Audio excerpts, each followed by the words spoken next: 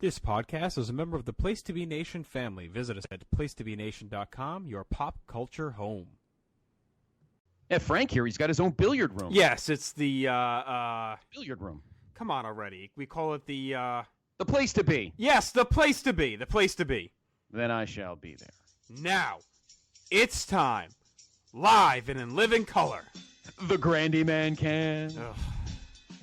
Time to play the game! No, you left me satisfied and smiling. So. That's what she said. Why do I want this? I want to make bank, bro. I want to get ass. I want to drive a Range Rover. Place to Be Nation, Scott Criscola and Justin Rosero.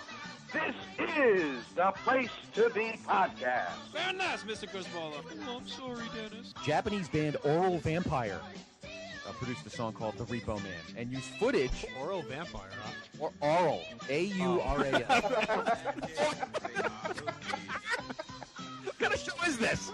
Sounds like some Twilight porn in Michael Lynch's collection there. Oz went on to star in American Pie, of course. So, Bismarck. No, was it Bismarck? Wasn't it? Lismark.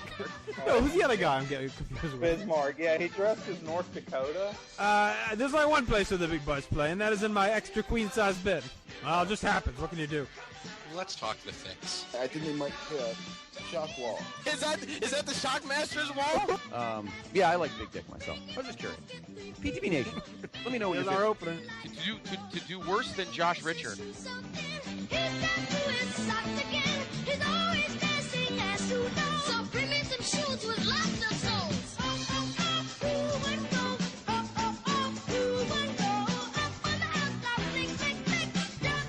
Place to Be Nation! Welcome back to another great episode of the one and only Place to Be Podcast. I am your co-host, Justin Rosero, coming at you live on this Wednesday evening inside the PTB Man Cave.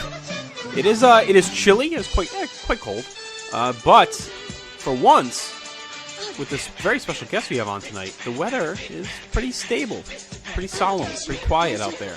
We're not having a storm. We're not having superstorms. We're not having hurricanes. We're not having super blizzards, mega blizzards, like we usually have when he's on. And, first, before we get to him, though, let me bring in my PSC, Scott Criscola. Scott, how you doing? Good evening, JR. Good evening, Place to Be Nation. Welcome to episode 278 of the Place to Be Podcast. And I will say it is slightly warmer than it was last night.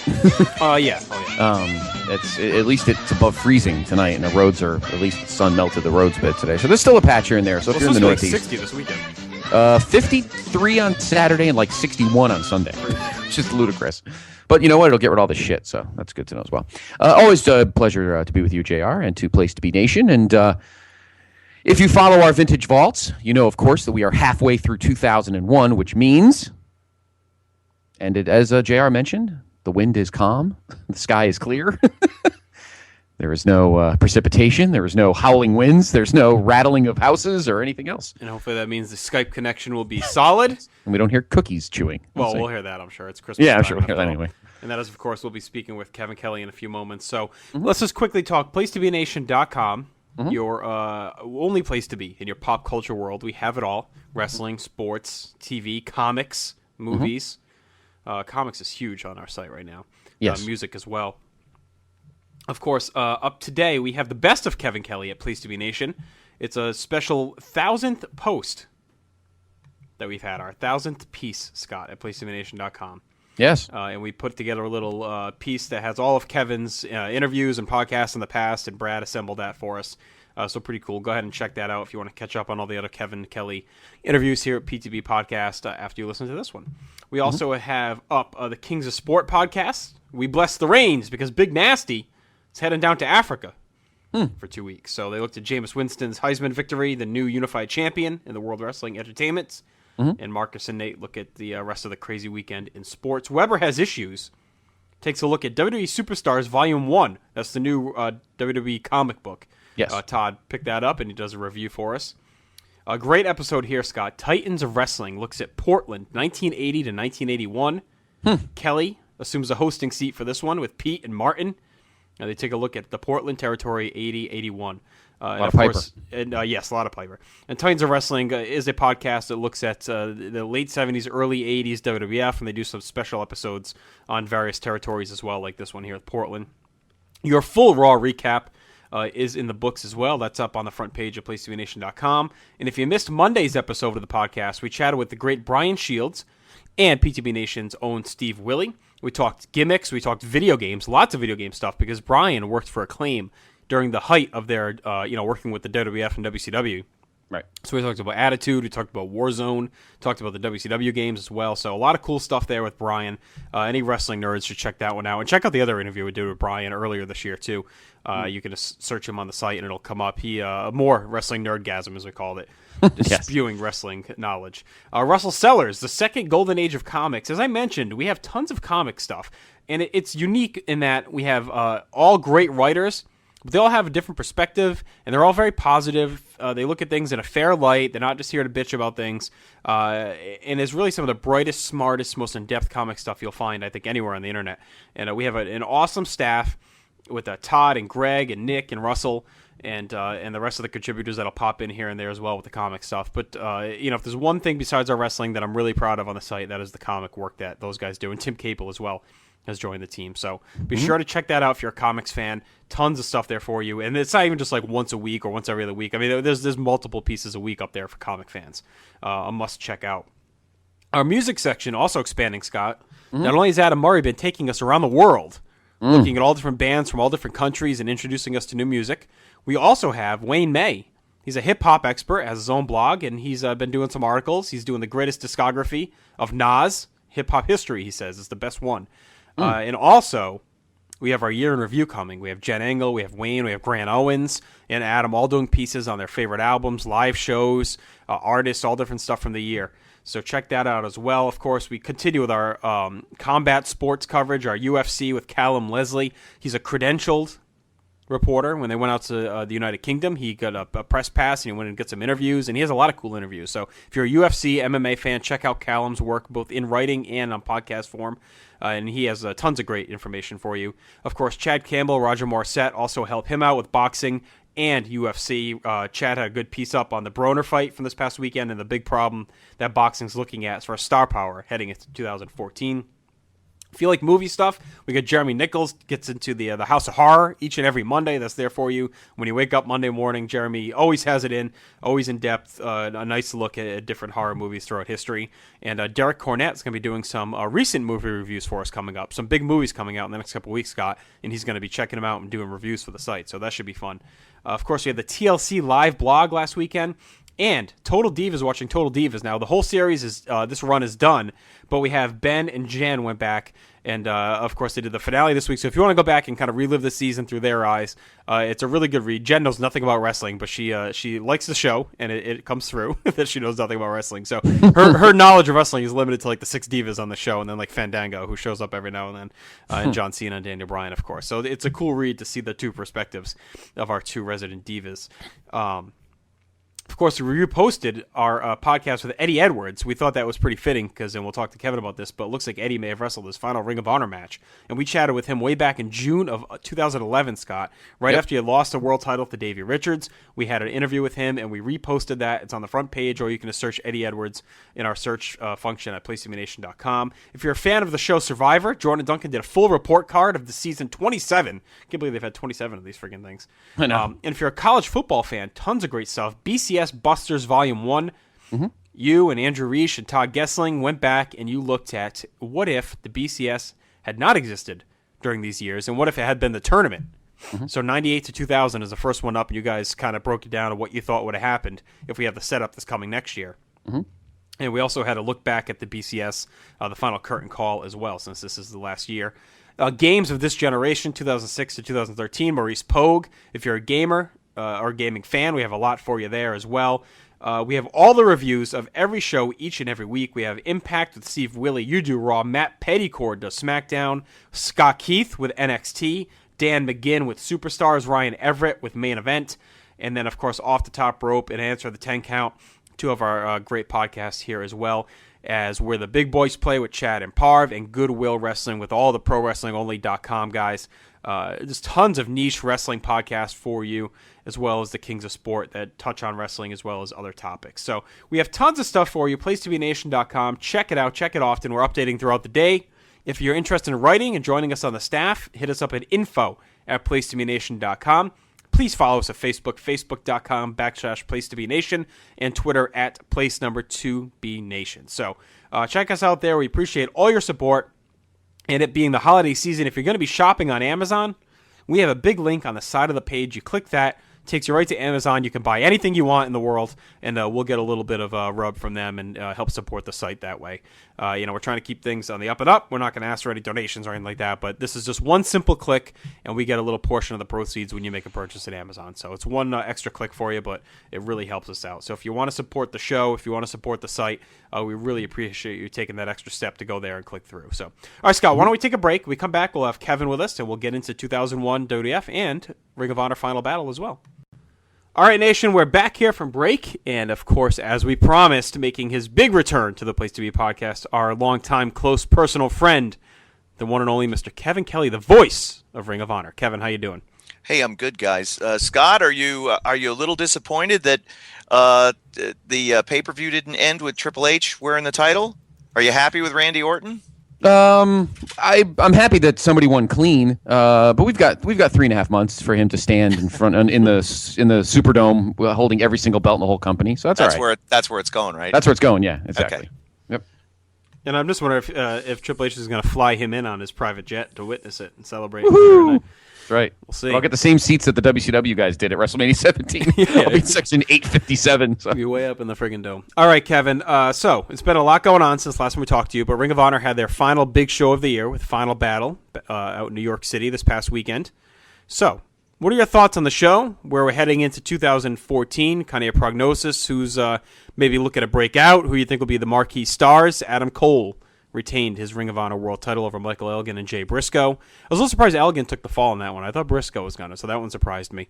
Overall thoughts on the show? Were you happy with how it went down? I heard the crowd was a little shaky, but what are your thoughts overall? No, I actually thought the crowd was good. The crowd is the crowd, and New York doesn't ever fail to surprise me.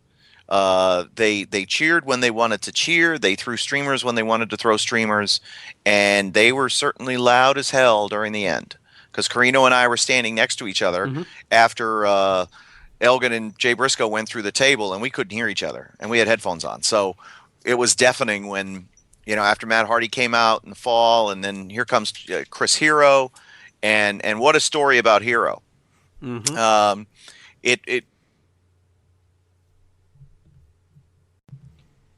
So, yeah, crazy story about Chris Hero. He gets done with, he does the CZW thing, right? And then gets in his car and drives in a snowstorm to New York. And originally there had been talk about him being the mystery partner for Eddie Edwards. That was true. But then it looked like he really wasn't going to make it. So, ow, son of a bitch. Is everything all right over there? What's going on? Fuck, it's a cat. I swear to God. I got this new cat, and I'm going to kill him. He just ripped the headset off my head. I thought maybe Steve Austin came in and threw you into the garage door. Oh, it was awesome. You're pathetic. What a spot. Get your fucking cat out of here, Kevin Kelly. So, happy birthday to Steve, by the way. So anyway, we don't know when he's going to show up. If he's going to show up. He walked into the Manhattan Center, where the Hammerstein Ballroom, 90 seconds before we actually saw him.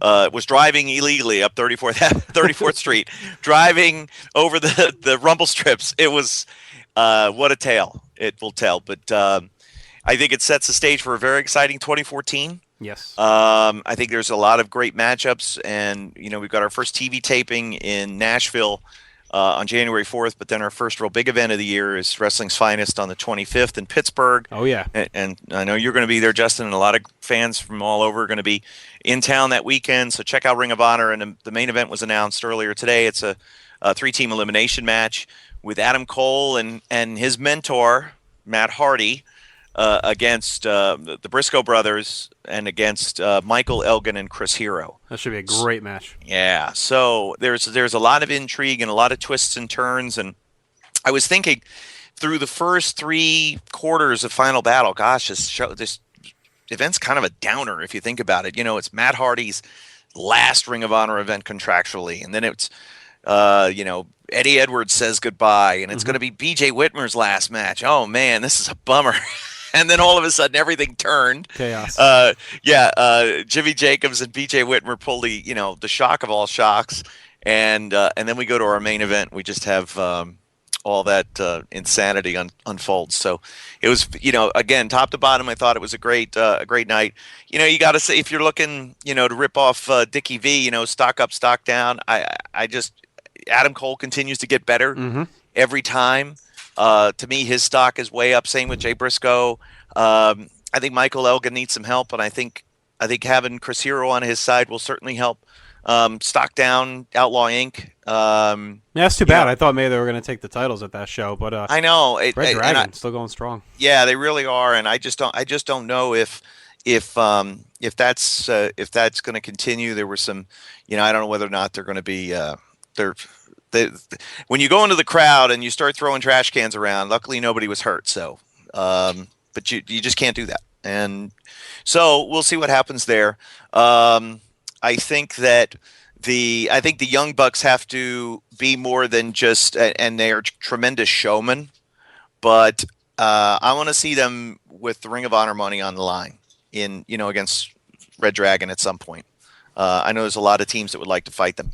And what a match with Tommaso Ciampa and Matt Taven. My God, don't blink.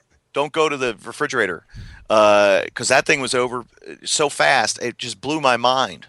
It went from one to the other. And it was the first event in a while. And not that the events had been bad, because certainly as we went through the tournament, we had so many great wrestling matches. But this was one event that when I came back through the curtain, I could feel it in my chest.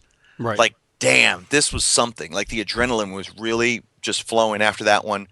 And I think this is going to be more of the, after we had the war with Scum, I think, everything sort of ebbs and flows, and everything sort of got kind of peaceful for a while. And we talked a lot about, this era of kind of purity and pure honor and things like that. And it really, the wrestling took center stage, but everything was pretty nice. Everybody got along, and there weren't, we had Michael Bennett, of course, doing what he did, and that brutal war with Kevin Steen was emblematic of that. But other than that, everybody played pretty nice. I got a feeling, kind of the gloves are going to be off here in 2014.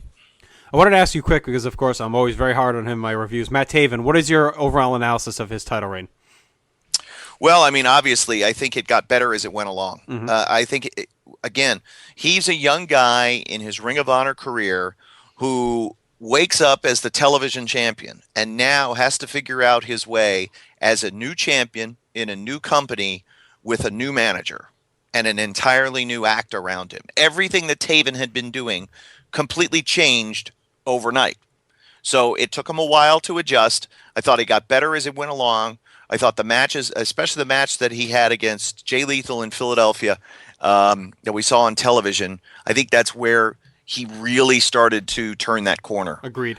And I think it had to do with not having Truth out there and all the gimmicks. Like, he was forced to wrestle a match straight up with a great wrestler, and I thought he hung in there. I agree with you 100%. That was a turning point for him. Right. And again, I still think there will be some critics of Taven because there was always Truth Martini by his side, much like those that want to, those that criticize Roderick Strong during his world title reign. But I think that, Taven is here to stay. I think just in talking with him briefly after that match, he's very proud of what he accomplished. I think Ciampa needs to take it that level that we saw Ciampa at. That's the level that he needs to stay at. Because when he's, meek and nice and family guy and all this and that, I don't see that monster. I don't see that killer. But he got very quiet on social media the last few days before the event. I think he went out there and he destroyed Matt Taven and destroyed the HOT in one night. And I think that if he wants to continue to have success, it's got to be at that speed. It's got to be at that mode. And he can do that. That's what he needs to do. And it's different than what anybody else will present in Ring of Honor, which makes it better, which makes it good because it's unique. And I think that we'll see different kind of matches out of him. If he wants to be just another guy, he could be just another guy, or he can continue to be a star if he wants to be. And we'll see where he goes from there. And one last guy you mentioned, I just want to touch on quickly, is Roderick Strong, who I think has gone under a renaissance the last few weeks, last few months, really. I think he's been maybe their TV MVP for Ring of Honor lately. Do you agree with that, Kevin? I feel like he's really stepped up his game. Again, his amazing athleticism. I think that when Roderick, much like what we saw with Tommaso at Final Battle, when Roderick is able to do the match that he wants to do, it's as good as anybody has ever done in professional wrestling. You know, Carino and I have made the commentary. Carino has said he's the fastest guy that he's ever seen in the ring, and the ability to go from second to fifth gear just to, on a dime is truly remarkable and speaks, so much about his athleticism. I think who he is who we think he is. And Roderick Strong is, there's not a lot of dimension and layer with Roderick, at least not that I've ever seen. But that's fine because he can go like nobody else. Mm-hmm. And, I think there's a lot of dimension and layer in Bobby Fish and Kyle O'Reilly. Yes. Like, I'm interested in them. And I think they can go and do a lot of different, I think they have a game suited for Monday nights. But again, they're such great athletes, and I don't necessarily think they fit that mold either. Roderick is just a damn good wrestler and a fantastic athlete. And Ring of Honor is a place that he certainly, will always have that as a place to ply those wares very, and continue to do that. All right, speaking of Made for Monday Nights, thoughts on the departure of the American Wolves? Well, I think, I'm going to miss, them as a team greatly. I'm personally much closer with Eddie Edwards than I ever was with Davey because I knew Eddie long before Ring of Honor, knew him when he was wrestling with Sheldon Goldberg and doing shows with Steve Bradley and all that. So I've always had kind of a, soft spot in my heart for this kid that I've known for many, many years, and to see him become as good as he became. I don't know if this is going to be if this is Eddie's last match in Ring of Honor. I hope it is. I really do, because that means they've gone on and done what they were supposed to do. Mm-hmm. I just, again, two people one guy in Georgia and one person in California won the Mega Millions yesterday. Right. And that's the same thing with WWE. There isn't science behind it. It's not about being the best at anything. It's just being in the right place at the right time. Mm-hmm. And it really is like winning the lottery. So can they go and be successful? Absolutely. They could be different and awesome and great, and I think the people will love them. And it's something that WWE doesn't present. Do they want to present it? That I don't know the answer to. All right, well, there is your catch-up on Ring of Honor, and of course, you can read my recap each and every week at PlayStation.com. I think I talk more about the commentary than the actual action, but that's okay. You can get the action by watching it on television. You can get a lot of fans will be happy to know that it's the end now of Soaring and Scoring, which was an exclusive for Eddie Edwards. Yes, it was, and you unloaded one last big one in his. Did I tell you? Did I ever tell the story of how that came? Did I mention that here? I don't think so. I know you and Carino kind of talked about it during that last, and he was teasing you on that TV. Yeah, match. Carino gives me grief about it, but the way that came about is because that's a line that I stole from the video game SSX Tricky, that the character Eddie used to do when he would hit his special move, and the voice of Eddie in that video game was former WCW World Champion David Arquette. Nice. So it all ties back into wrestling and to Vince Russo. And David Arquette. And David Arquette, right. So that was the reason why. That was an Eddie special. He had more named moves than anybody else, too. Well, now it's going to open you up to create even more names for these guys. I know. Well, we had fun because we had the Boston Knee Party. We had the Funplex. That's right. The Chin Checker. And, of course, his finish, the Die Hard, and Soaring and Scoring. So that was a lot. And speaking of Eddie, we talked about it earlier. We talked to him back in 2011, right after he had lost the title to Davey. I think it was like the next night we had him on. And it was a good interview. So we have that up on PlayStation.com right now in the honor of his final match. He's the man.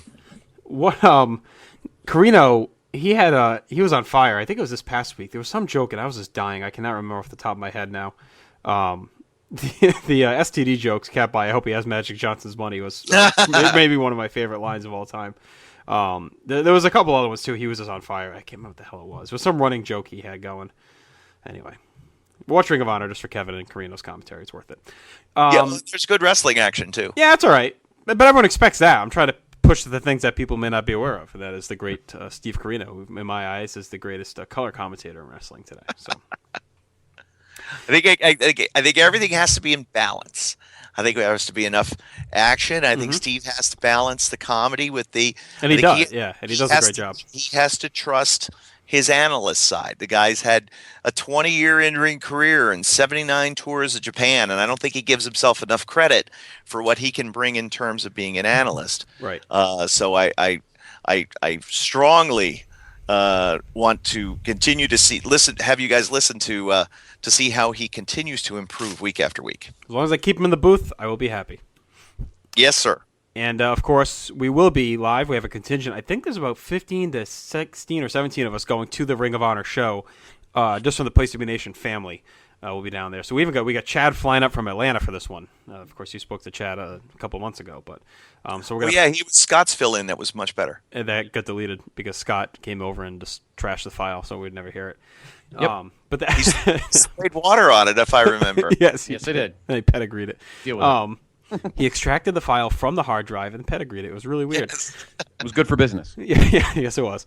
So we'll be there in Pittsburgh, and we're going to have you on, Kevin. Hopefully that week before, we'll do a full preview of the show like we did back from the New York show earlier this year. So, Awesome. all right, let's hop in the time machine, Scott's DeLorean, and we're going to head back to early 2001. Last time we left you, Kevin, we had talked about Armageddon 2000, heading into what I think one of the greatest stretches in company and maybe in wrestling history, and that is the first half of 2001. We had a great roster, great TV, great pay-per-view, and here I will turn it over to my PIC to launch the questions. When we started the year, 2001, Kev, Steve Austin was kind of getting his feet back under him. You know, he had a couple of iffy matches with Rikishi and with, and then with Triple H at Survivor Series, and then the Cell match. When do you feel the real Steve Austin was back in terms of in-ring? I think it was much closer to WrestleMania, and as we start to recap, I'll know when it was. But off the top of my head, I seem to remember there being like one moment where I said, "Aha, everything's fine," and I think it was like a Raw or something like that. But and again, there's ring rust, and with Steve, there was trust issues, trust in his own body, and like he was always worried about getting blown up, always worried about being out of breath, not being in shape enough. And so as he thought more about it and was more concerned about it, then it became more of an issue. So he really needed to get out of his own head. And as he finally did, and we got closer to Mania, then I think it just either he calmed down and relaxed and started to get back in the groove and quit thinking about it so much. And then it wasn't an issue, and then everything was good. There was one match on Raw or SmackDown. I think it was right after the Rumble, or maybe even go home before the Rumble, where he fought Benoit. And to me, that was kind of like his first. It wasn't the great Benoit one. That was in May. But the one in January, I thought was kind of like where it first clicked for him. And then, of course, we'll talk about the No Way Out match, which was like his real coming out party. Right. I think that's the one I was thinking of. Okay, that's the Benoit one. Yep. Okay. Thoughts on kind of the reboot with the Dudleys and Chris Jericho? They had kind of been dormant the back half of 2000. Jericho in the feud with Kane. The Dudleys were just jobbing left and right. It almost felt like we traveled back to early 2000. All of a sudden, the Dudleys win the tag titles. Jericho is back as the IC champ, and they're back at the front of the mid-card. Any particular reason? Were you happy to see them back there? Do you think it was good that they kind of gave them a break at the end of 2000? Yes, I do. And I know that there was a lot of talk during that time about making sure that, and we never even got close to approaching the idea of giving guys time off, but cool them off to heat them up, to cool them off to heat them up was kind of one of the thought processes at that time. And we really saw that with the Dudleys and with Jericho, because we know that when, as you get time, you got to start lining up, what you're going to do with WrestleMania. So they get into some more high profile stuff, and they start to get more focused, and now everything kind of winds into form as we get to, as we get through January. Speaking of Jericho winning the IC title, maybe one of the best matches of the year we were right out of the gate with, and that was, of course, when he defeated Chris Benoit in that ladder match. What were your memories of that match? Easily one of the 3 or 4 best of the first half of the year. It was anytime you had those two on the card against one another, you knew it was going to be something special. They blasted each other and always had that, gentleman's agreement, not in the face, but you want to crack me as hard as you can across the back or in the chest or across the back of the head. Man, it's all good. Let it go. And that from their time in Japan, that's kind of the style that they were comfortable working, and they liked to do that with each other, trusted each other, and again, the result was just an amazing match. Where do you rank that in the kind of pyramid of ladder matches to that point? Of course, we had the Razor Shawn, both of their additions. We've had the tag team ladder matches since. We had Triple H and The Rock in Madison Square Garden. Where do you kind of rank this one as a fan? I'm not a fan of ladder matches. I think that I thought that this one was probably right below Razor and Shawn. And I think Razor and Shawn's match, if you look back, to me, it stands up over time, but it was so new, it was so different. Mm-hmm.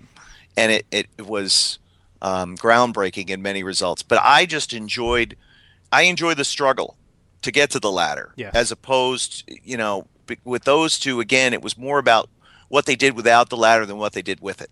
So it's almost like that ladder, to me, it while it adds certainly a different element, it takes away from, what otherwise would be just this awesome wrestling match. Benoit and Jericho don't need a ladder. They could just go out there and go, and I'd be perfectly happy.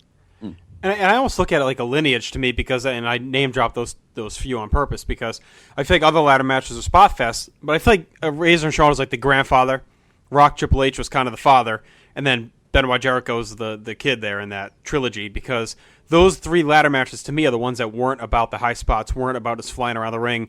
They had more of a psychology and used the ladder, like you said, as a struggle, as a weapon, but not as just part of an aerial show.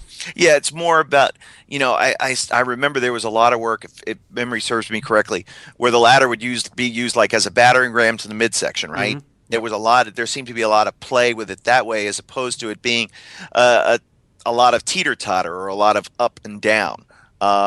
It's more about that, the clank of the metal and the struggle, the position to be able to deliver that offense, to counter, to move out of the way.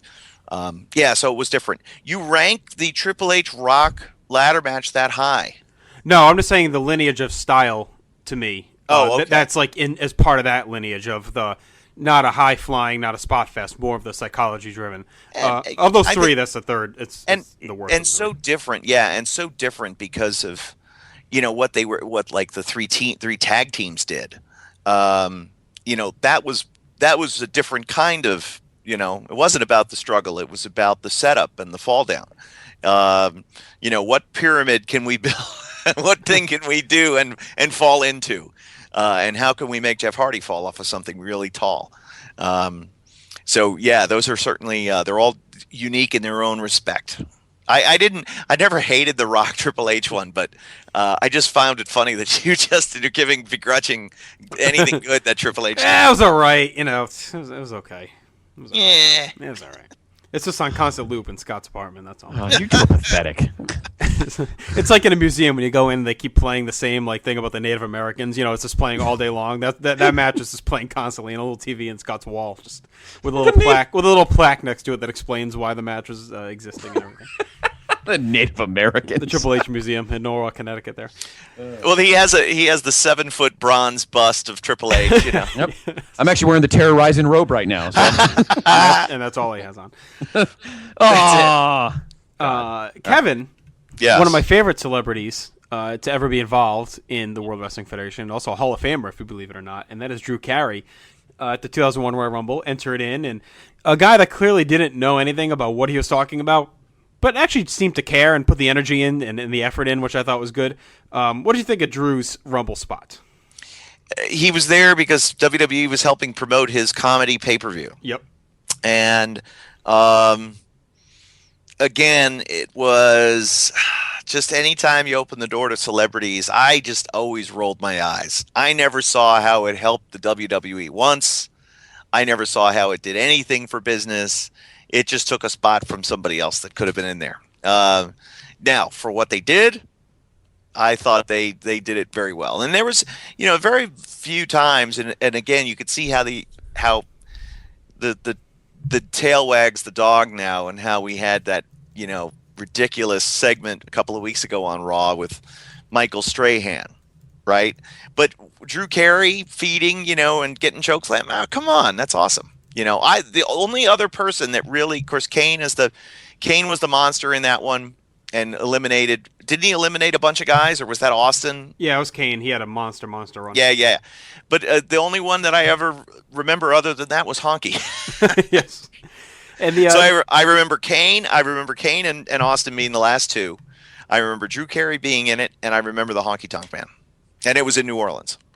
Was Drew respectful? Was he cool to deal with, or was he aloof at all? No, he was a very nice guy. He was very low key.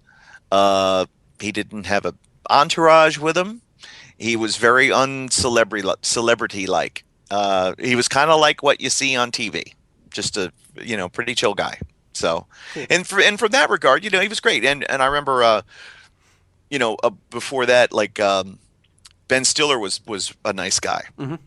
And came in and just, again, what was Jeff Jarrett going to do? He's going to put him in the figure 4, of course. Right. So, yeah, that was another celebrity that I remember him, like, standing out and being real cool. Oh, speaking of celebrities, at Final Battle, one of the people in the crowd was Matthew Broderick and Sarah Jessica Parker's son, who's 10 years old and is a big Ring of Honor fan.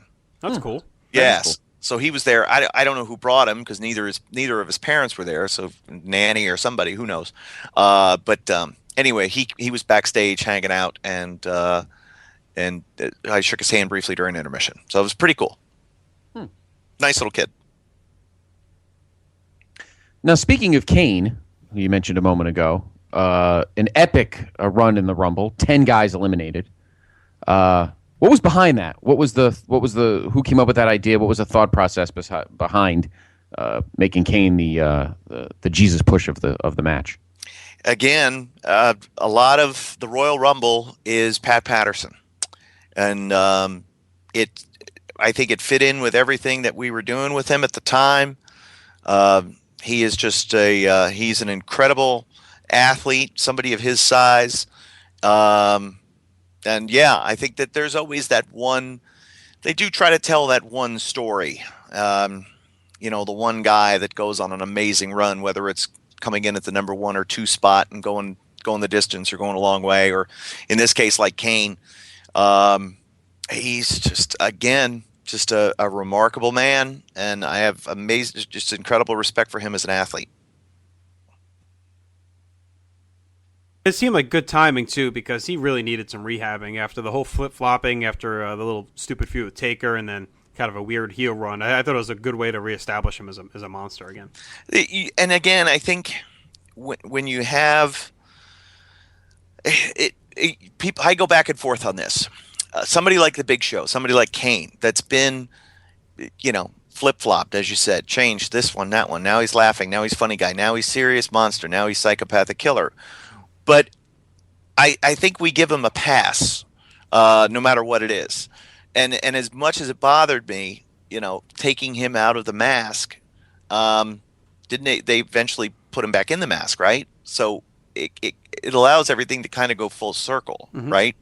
So again, I think when you do, just like what I said earlier about the Dudleys and Jericho, you can cool off to heat up. Okay, we got to start taking care of Kane now. We're managing our assets well, and we know that if we put him in this position, he's going to deliver. And if he doesn't deliver, then we'll find somebody else who can deliver in that position.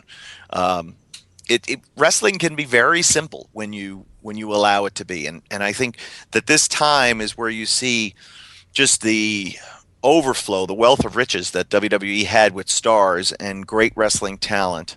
And just a roster that was primed and ready to do anything that you asked them to do on any given night.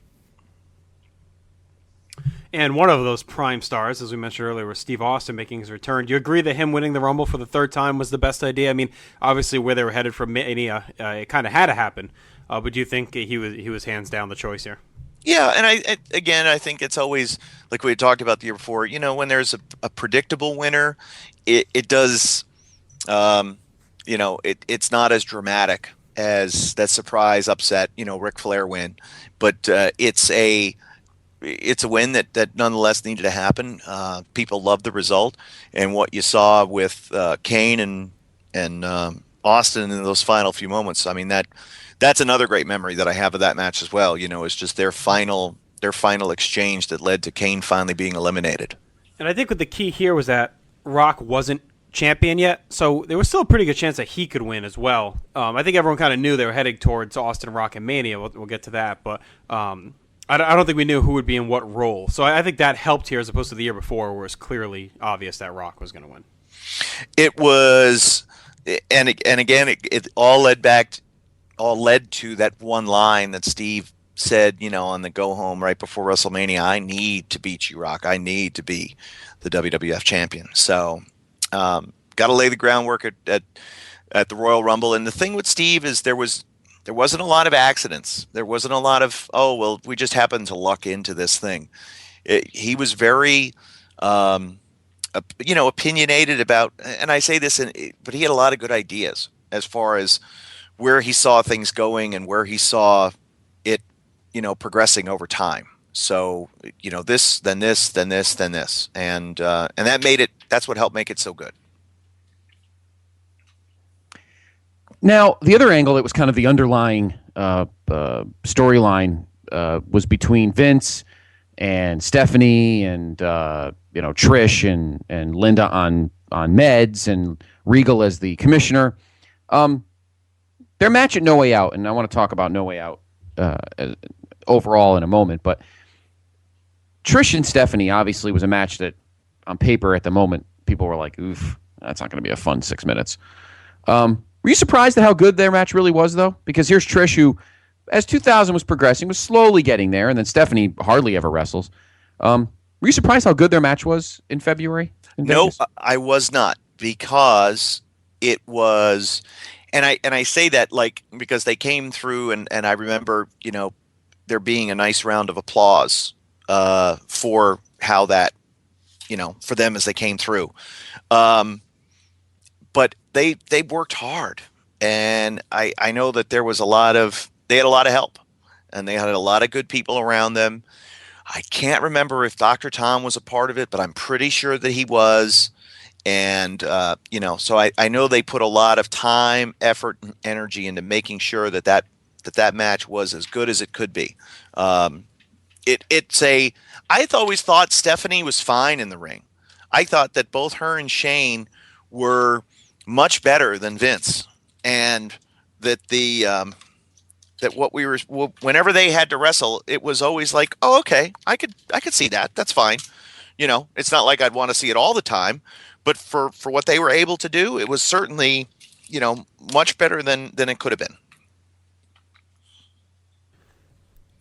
Trish's development at this point, did you think by now she was really starting to click and get it? Because the first year, a little up and down, a little shaky, seems to really be settling in now and wanting to take on more of an active role. And also, what did you think of the whole Vince angle? I mean, was it typical Vince ego stroking, or did you think it was actually entertaining?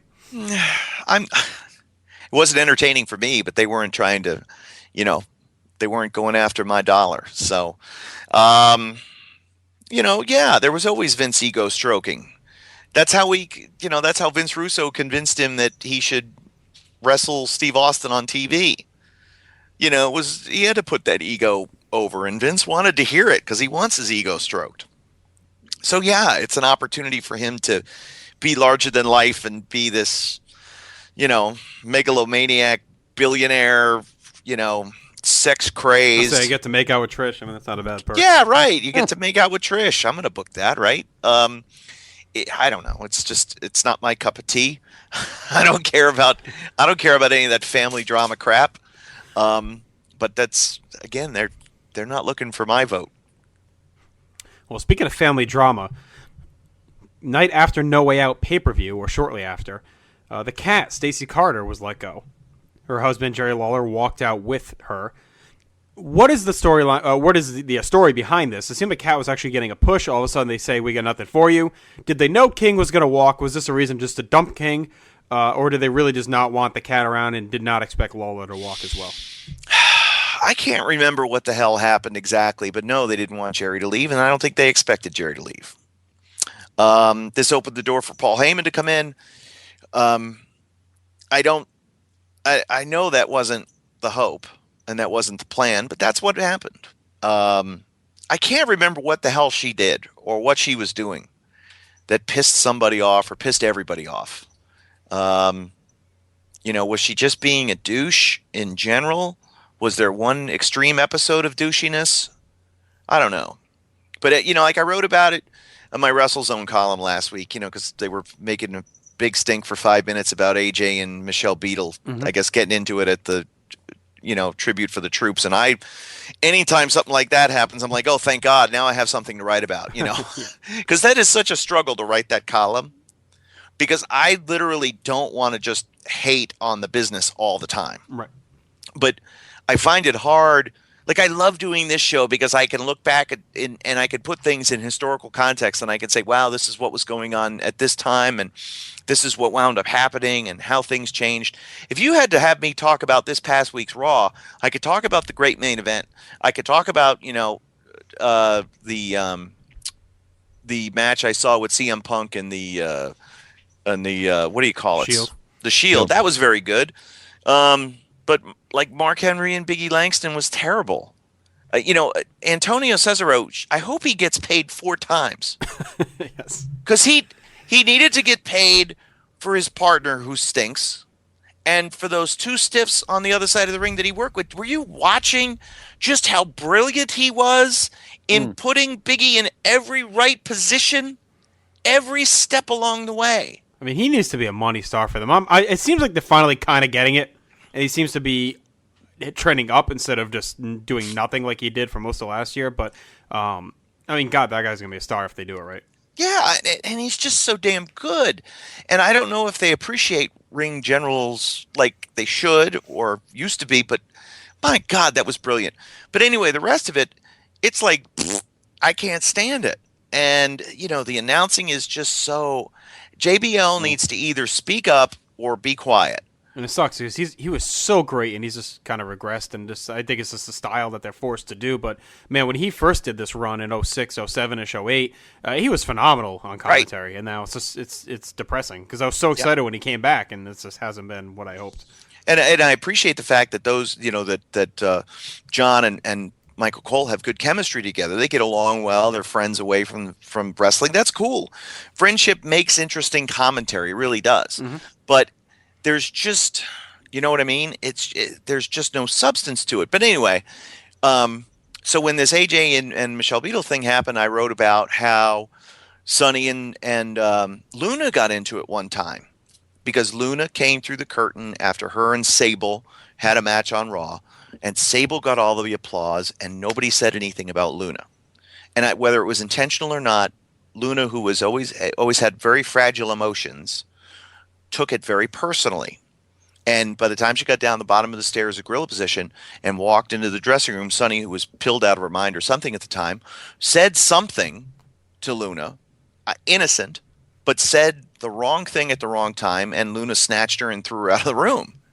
And then Road Warrior Animal was standing there, like right outside the door, as Sonny goes flying past him. And Luna comes outside, and she looks at Animal and claws his chest like a tiger and then runs away. And I remember Jim Ross saying to me, about the girls, that they're all in one dressing room because that's the way it is, and it'd be great if you could separate them, but you can't. We don't pay them any money because when we try to pay them all the same, because they're all going to be catty and jealous with one another if one gets paid more than the next. And if one gets too big for their britches, then we need to say goodbye to them because we can't have that kind of drama. Because that's where problems, ensue. So getting back to the thing about the cat is I can't remember if there was one episode or it was just a culmination of a lot of things. But it was just time to say, goodbye to her, and Jerry wound up leaving too.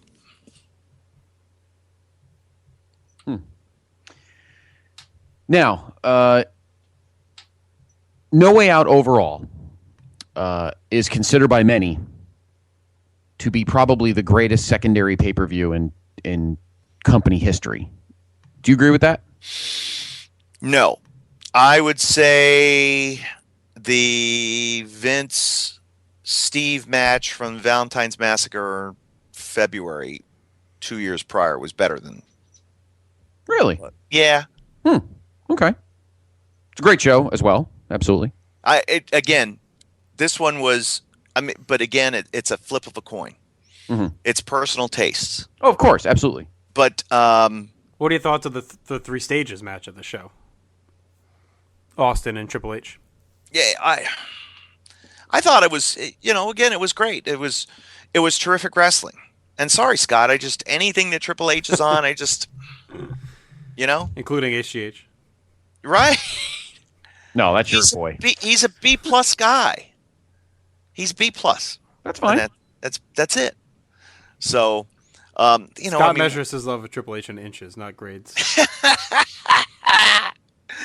What Vince What the hell have you turned into? My God. What Vince and Austin were able to pull off in that cage match in February in Memphis. Come on. It was tremendous. Absolutely. Big Show coming up through the ring. Come on. It's awesome. We'll get to Big Show in a minute. We'll get to Big Show in a little bit because a lot's changed since that moment for him too. So. Oh yeah. Yeah. Time to play the game. What'd you think of the main event, Rock and Kurt? Did you like their chemistry? Oh yeah. It was. Again, that was a. The great confidence that I had. There were some, like when we were watching, Shawn Michaels main events, a couple of years prior. You were never quite sure what you were going to get with Shawn. Was it happy Shawn? Was it sad Shawn? Upset Shawn? Brett? Same thing. And with Steve, it was always, you always knew you were going to get something solid. The guys that were there at the time, we knew we were getting solid main events. And like you'd asked about Trish and her improvement along the way, it was just sort of accepted how good she had gotten. Much like Kurt, it was just, yeah, they got it. They were just sort of savant-like in how they adapted to it. Different backgrounds, of course. Kurt having to overcome, I think, more of it just because of being an amateur wrestler. But yeah, by this point they were well established, and whatever you put them in, I was like, yeah, I'd believe them. You want to do, Stephanie versus Trish? Yeah, 6 minutes, absolutely. I think it'll be great. Kurt main event with Rock, damn right. Go kill it. I know it's going to be fantastic. What do you think of Kurt's title run? If you had to give it a quick grade. Was he started doing the comedy then, right? Yeah, mainly. Yep. Not good. Not good. Not good. Don't anything with comedy is. I just don't. Now you're crushing his hopes and dreams. Well, no, I mean, Kurt would do more of the comedy in the summer, but to me that was different comedy, and we'll talk about that, I guess, probably next time you're on with all the stuff with Austin and Vince and the hugging and the cowboy hats and everything. Well, that was ridiculous. What were we doing here in 2001? At this point, it was just kind of the goofy Kurt, that was like designed over the top goofiness. This was just like, hey, Kurt's kind of a goofball kind of thing, and still serious. I mean, they portrayed him as a serious guy though. When it came down to it, he wasn't the maniac he'd become, where it was all intensity. But I thought he had a decent mix here early on. Yeah, anything that he did, I just thought it was a breath of fresh air, and you don't realize how much smaller he was than the guys he was working with. But 3-4 inches shorter than Rock and Triple H. But boy, he carried himself so big, So yeah, the more ridiculous he got, the more I checked out on Kurt.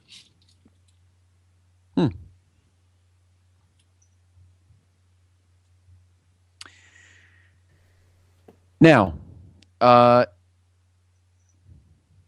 Well, looking at my list here. You flummoxed us, Kev. Well, we've been all over the place. It's the Taker. Well, I know, but you crush my hopes and dreams every time you're on. But for once you've crushed Justin's hopes and dreams. I did the Well, last wait a minute now. What am I supposed to say?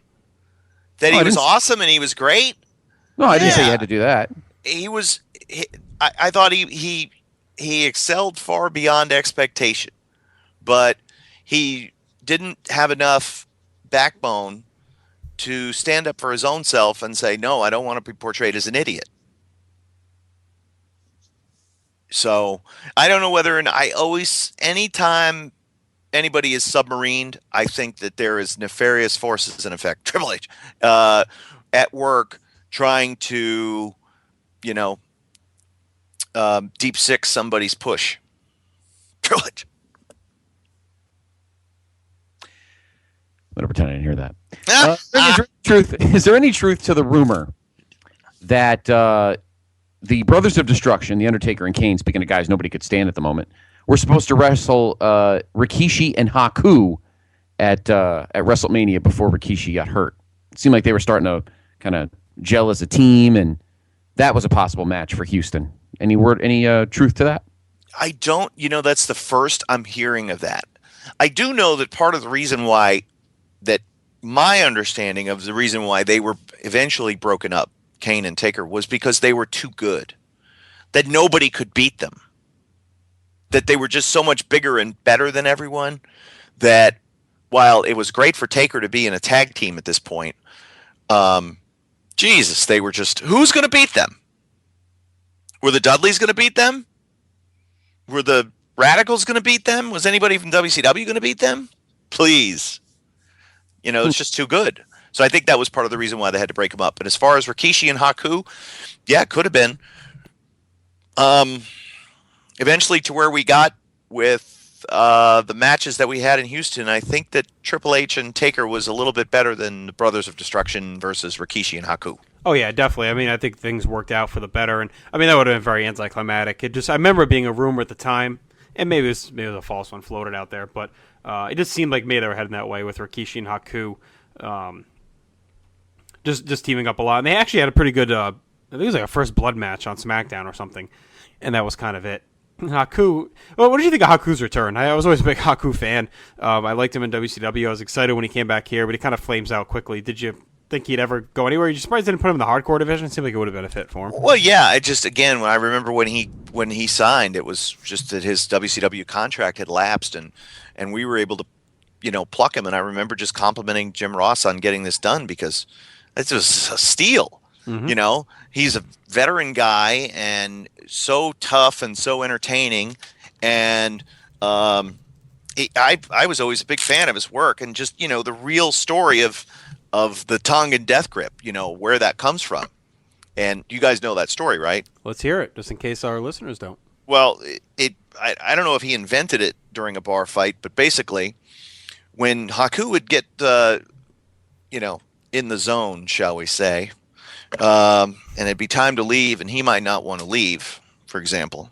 Some would, maybe the bartender or bouncer might make the suggestion, hey, Mr. Haku, it's time to go. If he wasn't ready to go, he wasn't going to go. So somebody smarts off to him at some point, and then all of a sudden they find themselves with Haku's index finger and middle finger on one side of his windpipe and his thumb on his other side, pressing on that nerve. Sunk deep into his neck, and he ain't letting go. And so that's when the shark eyes, as Terry Taylor described him, comes over Haku, and you can't do anything to him.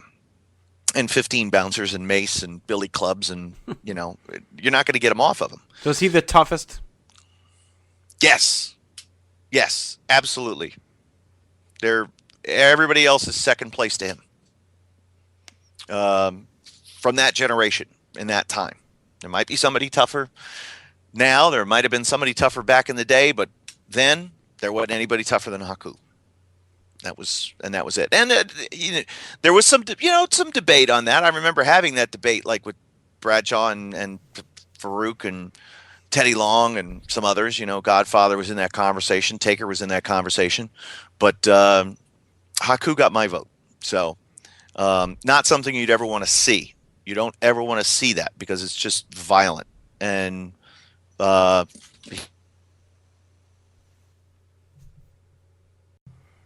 am sad we didn't get one last Vince McMahon Haku like back in the day. That was the only misfire on this run, I think. I think when Jerry Lawler left, I think Vince probably would have been the saddest, because he would always see Jerry, the King. We need more Vince introducing like before the pay-per-views, like he used to do the old Survivor Series and Royal Rumbles and everything. That's what we need more of, I think. Yes, I think he definitely could do more of that. Do you think he ever could have went back to just being like, I always had this, and it was mainly to remember they do the ECW angle where he went crazy and he was sitting in the rocking chair and he had the skull cap on and just lost his mind after he got his head shaved. I always wanted him to like get amnesia and forget everything that happened from like 97 on and just wake up and think it was like 1993 and he shows up on Raw in his powder blue suit and just commentates like nothing had ever changed since like 93. Wouldn't that have been a phenomenal angle? Kind of like Steve Corino never acknowledging that anything with scum has ever happened. Like exactly. Completely, yeah, exactly. Yeah, I think that would have been great. And sure, the time warp, I'm a big fan of the time warp. That would have been awesome. Just comes out in that suit and talking about the Quebecers, would have been fantastic. I think that there's a part of that in all of us that announce. Because wrestling fans, to me, professional wrestling is comfort food, and I know I've said this here before on the show, and that fans want the wrestling that they grew up with.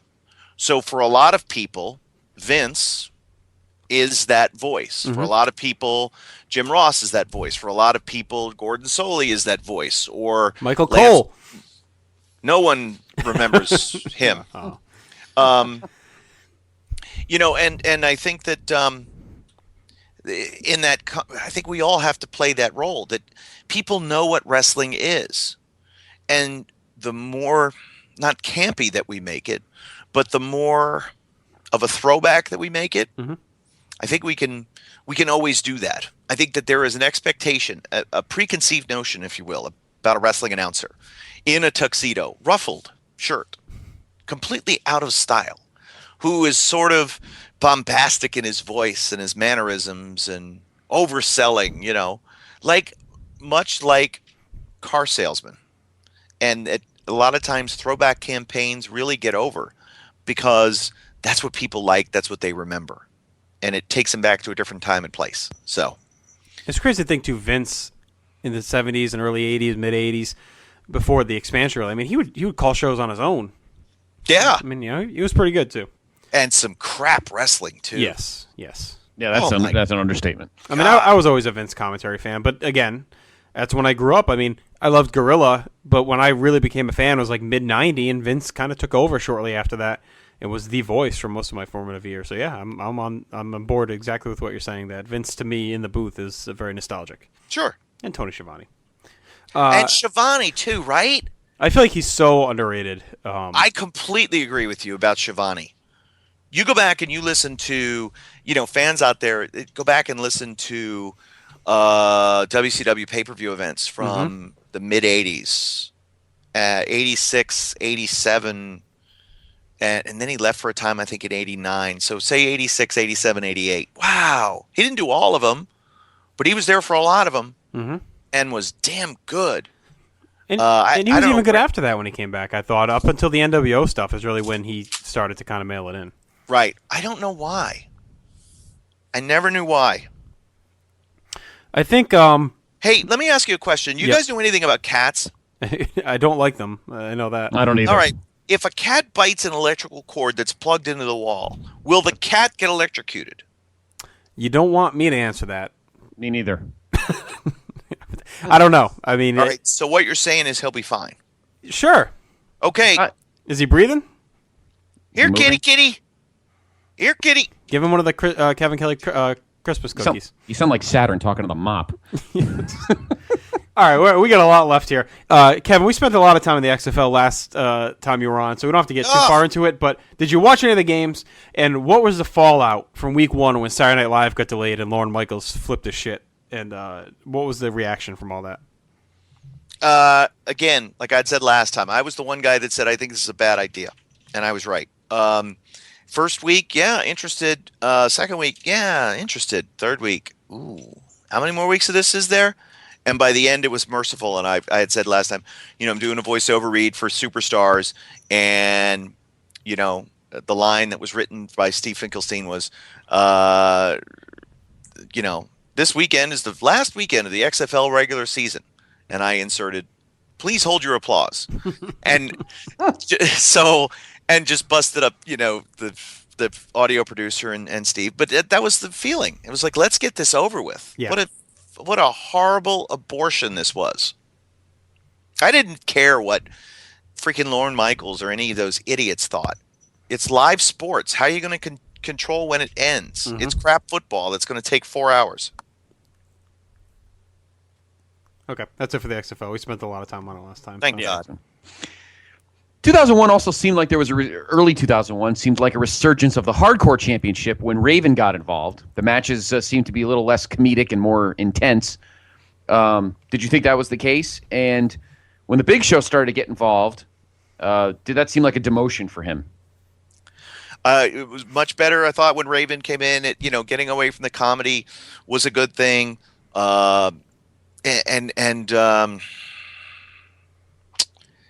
Everything the Big Show did was sort of a demotion. He just disappointed so many people and never lived up to expectations. Again, Big Show and Mark Henry, in my mind, were two of the. All right, is Mark Henry a Hall of Famer? I mean, it depends what criteria you're using. If you're using their current criteria, yeah, I would say probably. He's the ultimate compiler. Right. He's like Vinny Testaverde and Tim Brown rolled together as one. Don't you hate on Vinny? He's Tim Brown. Such a compiler. Give me a break. Neither of those guys really ever did anything of substance that was memorable. It's the seminal vitriol coming out right now. Well, again, I can talk. We escaped prosecution. We're number 1 ranked, and we're in the national championship game. Suck it. Hey, that's a Triple H line. I'm sorry. Oh, you don't mind stealing his lines, though, do you? Why? What was wrong with Big Show? What was the problem? I mean, we can all say, "Oh, guy got fat," but it had to have been more than that. What was really the problem? I don't know. I really don't know. I mean, probably a lot of psychiatrists could make a lot of money off of investigating. What really was. Was it that he was unloved? Was he not loved enough? Was he not happy in his own skin? Did he not like what he was doing? Did the guaranteed money spoil him? I don't know. How about not being inserted in the main events quick enough? I mean, there's a guy that I know Rock got. We'll turn back the clock quickly, but yeah, sure. Rock got his rematch at Backlash '99 after Steve won the title at 15. But after that, instead of Taker, should Big Show have been inserted as the next big monster heel main event challenger for Austin? Didn't he even push to the main event faster? Hadn't they already taken care of that when Steve beat him on Raw? Sadly, yes. Yeah, I mean that was answer the question. That was a dumb idea too. Yeah, but so what happened? Was it the chicken or the egg? Was it that he was fed to Steve because we needed to have the Giant get Steve over bigger, or was it there was a belief that the Giant was not as good and needed to be broken down a couple of notches? I don't know. Was he a product? Was he a figment of our imagination in WCW? That he wasn't as good and hadn't improved as much as he did, but he certainly, I mean, God, he had ballooned up so big from where he started and when he left, and then he got himself back into shape again, only to gain more weight. It's very frustrating, and I don't know whether it's an emotional thing, or it was whether it was laziness, or whether it was depression. Who knows? Who really knows? All I know is he got much better after he finally matured, and I know when he met his girl Beth, and I think they're still together today. That's when he seemed to calm down and he seemed to mature a little bit. So everything, I guess you get older, you get a little smarter. You make mistakes when you're young. You're handed a lot of things right off the bat, and he signed $1 million contract, with WWF, and probably thought that was it. He was all set. He'd finally made it to New York, which is what Hogan had told him the whole time he needed to do. So, okay, I made it. I'm good now. Wait a minute. There's more? Yeah, you got to keep working, kid. Well, wait, I got guaranteed money. I don't have to work. Maybe. Who knows? All right, around this time, too, ECW closed. Any memories of that promotion? What led to Heyman coming in? Was it a plan all along? Or was it a last-minute scramble when Lawler walked out with the cat to bring him in? Was it supposed to be a permanent thing or just a week-to-week at the time? It was nothing was ever permanent with Paul Heyman. This was baked in the cake a long time ago because Vince had been paying Heyman $1,000 a week, I think, since like 1996 or so. He was on WWF payroll and WWF had no money. So yeah, there was. I was kind of sad when ECW folded. But when Heyman came in, I was glad to see him because I knew how great he was and how smart he was. How good of a producer he was, how good of an announcer he was. It was, I was sad that the company that he had built and worked so hard for came to an end. A lot of good guys came from there. WWF was thankful because, getting Taz and Dreamer and the Dudleys and Raven, that was good. That was real good. Those guys helped out a lot. They made things better, and being able to tie all the pieces together. And I know we'll talk about the Invasion, my favorite night on Raw, for about 3 minutes, and then I went from jumping up and down to throwing my hat on the floor, vomiting. But it was, for those 3 minutes, man, it was great. But anyway, Instant upgrade in the booth, Lawler to Heyman. Now I'll give you the. Vince liked to tweak people, and Jim Ross was somebody that he loved to tweak. And I think he knew that Heyman could get under JR's skin better than anybody else. So I think Vince probably put the bug in Heyman's ear to make sure he gave JR just a whole lot of grief. That tickled him a lot. That tickled Vince a lot. And, it was no surprise that when when JR has a blow up at ringside and Heyman's back in the company, that immediately gets reported to the dirt sheets like, oh, I wonder who could have reported that. Come on, give me a break. So, but anyway, I think all those things were done for a reason. Not nice. Not nice at all. Yeah, but he was just better to listen to at that point. I mean, from a fan perspective. I thought he did a much better job during this time frame. Especially, we're going to talk about WrestleMania in a minute. I thought Heyman made that show as great as it is even more memorable. Like, I don't feel it would have been as great with Lawler at that point. I do agree with you. Absolutely. I think that's what he made. I think especially on the undercard matches, he made those seem just enormous and made the whole event sound bigger. Mm-hmm. Well, with ECW closed, obviously some of the guys came over. Two of them debuted on Raw, Rhino and Spike. What were your thoughts on their debuts? Remember, it was the same night they came in. Same night. Hell, I don't remember. Help me. Well, it was a memorable one. They had the tag title match, and Rhino came out and helped Edge and Christian win the tag titles. It was a surprise. And then at the end of the night, Spike came out and made a surprise debut, and they had the second title match and then helped the Dudleys win the titles heading into Yes, that was cool. I remember that now. Very cool. Instantly liked. I had met Rhino several years ago because he had WWF dark matches before he had started in ECW. And Spike I had never met before. But just thought that it was, that the guys from the, Land of Extreme were coming into WWF. I just thought that was kind of cool, and it was really your dream match scenario. You could start to line up who you wanted to see at this point because you had all the players here, just about. And that was also aided by the closing of WCW. What are your memories of that final Nitro, the simulcast on Raw? Was the deal to purchase WCW the right move? Who do you think would be hired at the time when you were hearing the news? And did you agree with the whole Shane buying WCW angle? So kind of 4 questions in there, I guess. Let's start with that night. What are your memories of that show? Well, it started, of course, in the morning with the production meeting. in Cleveland at the Gund Arena. I think the production meeting was either at 10 or 11 o'clock, probably 11. And Vince started off the meeting. He says, well, I probably should start off with the big news. You're going to hear about it later. We completed the sale, and I bought WCW. And there were a couple of chuckles. He said it just like that.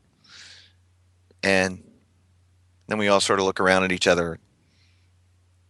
Get the fuck out of here. No, really, I did. And then everybody started clapping. The war was over, and we had won. It was a big day. It was just a mind-blowing day. You know, you said, hey, what are your memories about this particular Raw? It was another building in another town and another show and another hotel and another flight. This was one where I pretty much remember where I was like the whole day. Every step along the way, like where I sat in the production meeting, where what the room looked like. Just how everything unfolded. It was, we just kept trying to put the pieces together. And when he told us he bought it for $2 million, to answer that question, absolutely it was the right decision to buy it. I don't care what he got out of it. What he wound up getting out of it was much better than what we thought he had bought. We thought he had bought the Nitro time, like we were going to start simulcasting our two shows at once, or he was going to put a Nitro on then. We didn't know. You know what I mean? Of course, what he wound up buying for $2 million was the entire film library, which has paid him untold billions, I think, by this point. All the intellectual property, all the licenses, all the logos, trademarks, everything else. Just crazy. Using the simulcast, I remember sitting in the TV locker room, okay? And Coach was there, Brawler was there, and Harvey Whippleman was there. Howard Finkel, I can't remember if he was there, but I definitely remember Coach, I remember Brawler, and I remember Bruno being there. So just as we're watching this whole thing unfold, and Vince comes out, and they had said that Shane and Bruce Pritchard weren't at TV. Like they had flown to Panama City. And that was the other story, is that when we saw them the next day, what that was like, what they were down there to do and the way everybody treated them. And it was just like their minds were blown. And everybody treated them well. It was just this mountain of ass kiss, you can right. imagine, from everybody trying to make sure they had jobs. And as we're watching the simulcast unfold, I don't think we knew the creative on it, but we knew that Shane was there and that was going to be part of the announcement. So when we saw the announcement, we were just like, oh, this is awesome. We've got WCW versus WWF. What a war this is going to be. A license to print money. Hey, how'd that work out? So, but boy, $2 million for the whole library. Damn, that was awesome. At the time, obviously, you guys weren't aware, but looking back now, not the best move, right? It was the best move because we knew instantly, and Vince had explained this, that if he didn't buy it, that somebody else could have. Right. And to buy it, I guess now in retrospect, what that meant was to buy it, he could properly put a shovel across the back of its head. Right. And kill it once and for all. The only way to ensure that WCW was dead is if he personally killed it. The way I saw it was, as a historian, and to make sure that and again, my naivete in all these years, that I look, a businessman and a cold-hearted, calculating businessman, and I think that he has a warm spot for the business. I forget that sometimes he does, but I don't know if this was the case. I thought, who better to at least get the library and to be able to make sure that these matches don't wind up somewhere else, right. Than WWF. It makes sense. And we had joked with Vince before, because I had written The Informer, and I talked about how Vince, as The Informer, I wrote that Vince used to, he was a young man watching the space race and, saw Neil Armstrong walk on the moon, and he always wanted to be an astronaut. And, well, he can't be an astronaut, when he was a kid, and he, had a telescope in his room, and he was looking out at the stars, but he does want to one day launch a satellite and have the WWF network. So, and I written that back in like 1998 or whatever it was, and I just made it up. It was complete bullshit. But I figured, you know what? At least someday we're going to have our own channel. and Shane came down, as he was one to do, and said, "Did you write The Informer?"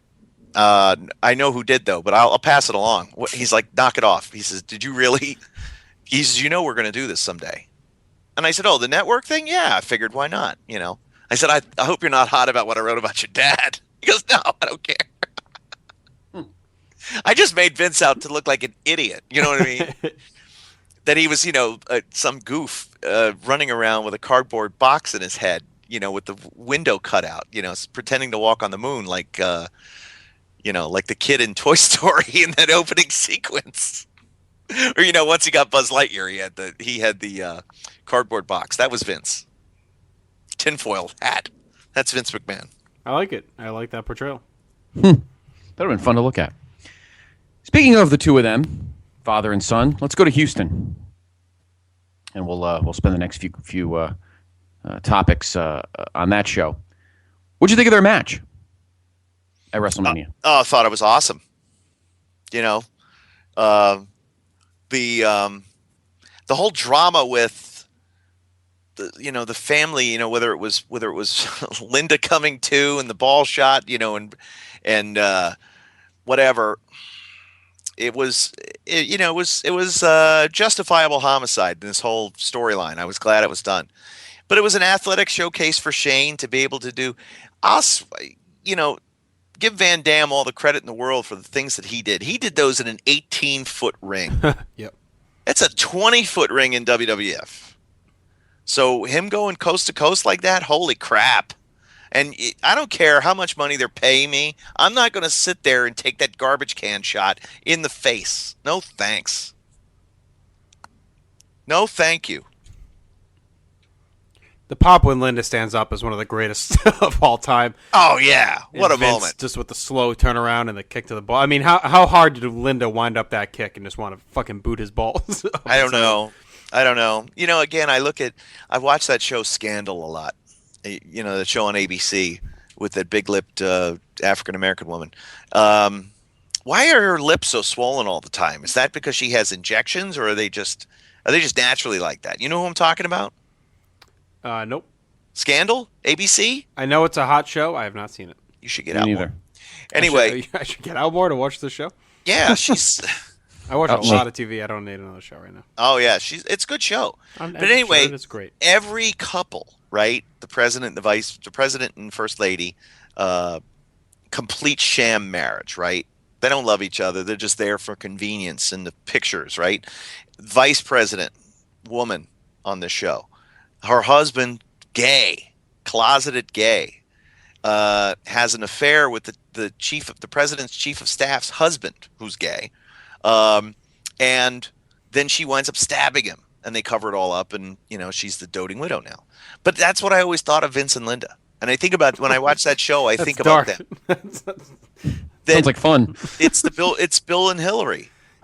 Right, It's a marriage of convenience.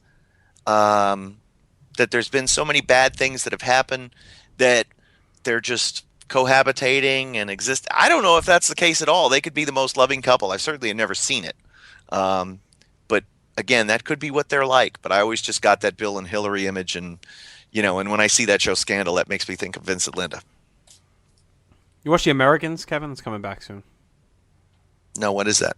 That was a show you should watch. It's on FX. It's set in the 80s. Russian spies are undercover as an American family. It's got Kerry Russell.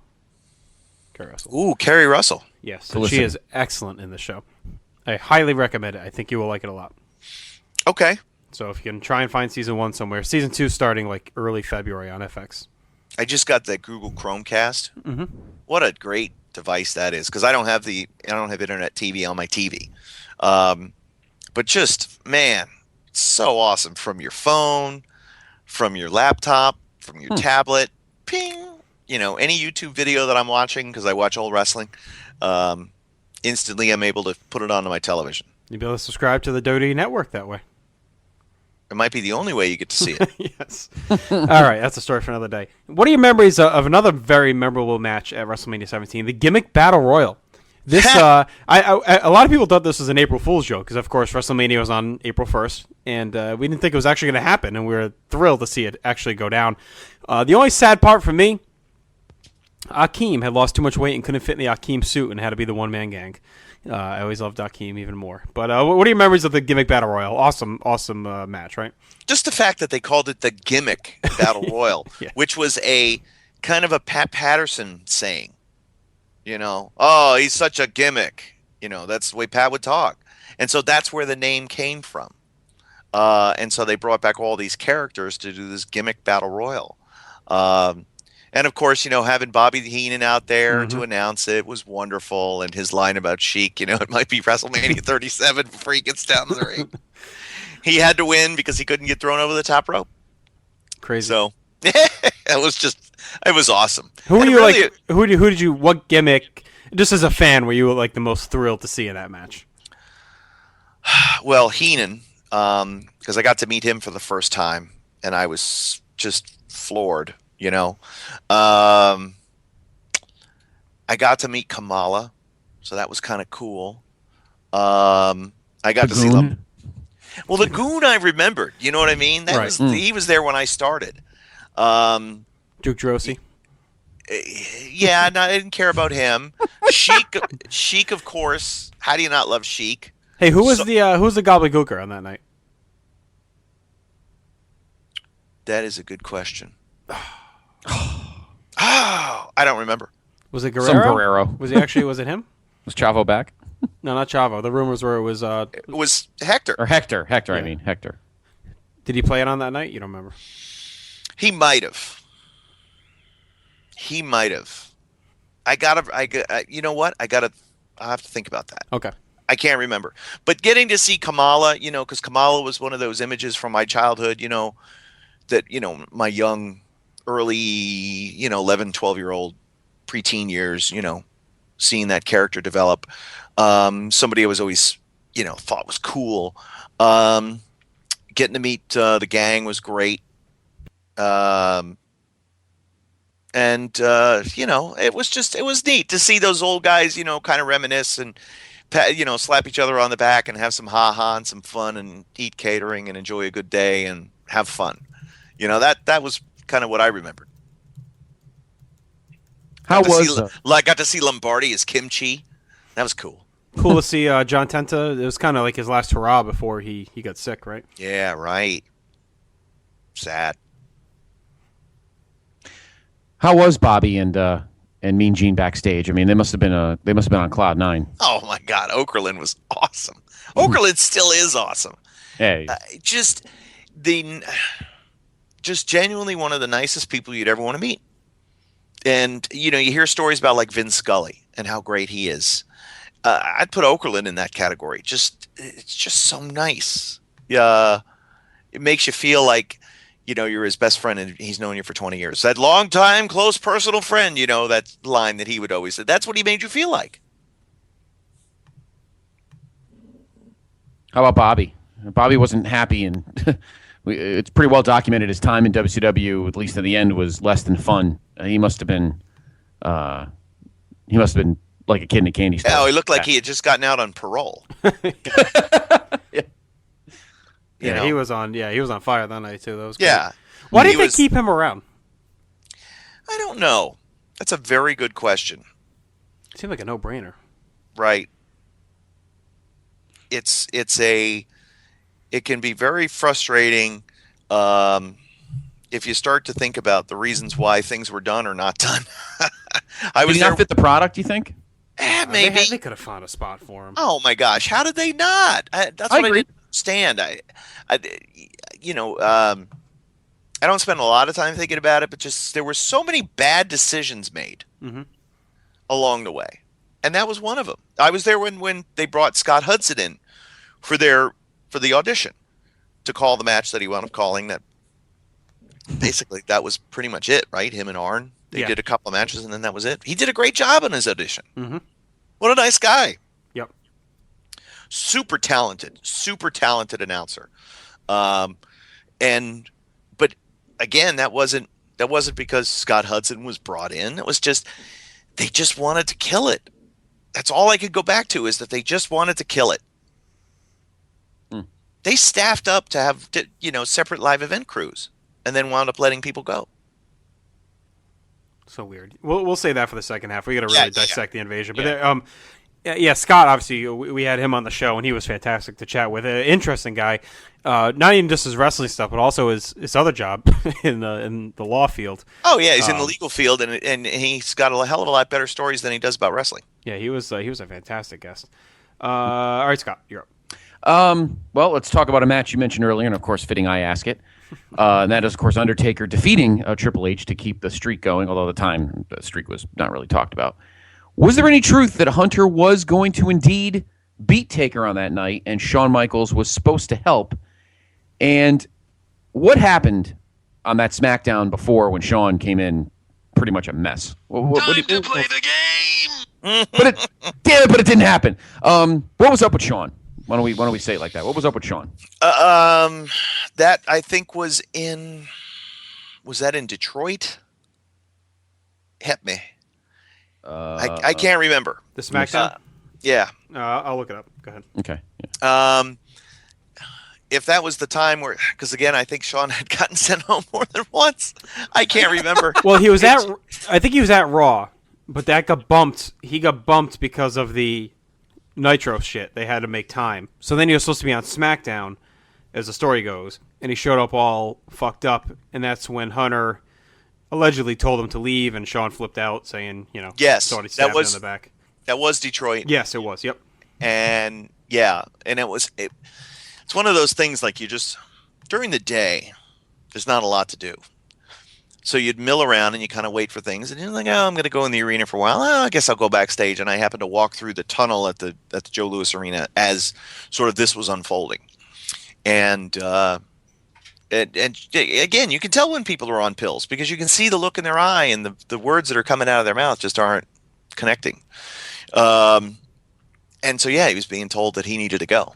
So I quickly got out of the way of that. But yeah, I don't think he took it very well at all. Did that change the outcome of the match? I don't know. But that was where the streak started to get talked about, because I wrote the notes for WrestleMania, and I fed the lines to the announcers. Not fed them, but I wrote the notes.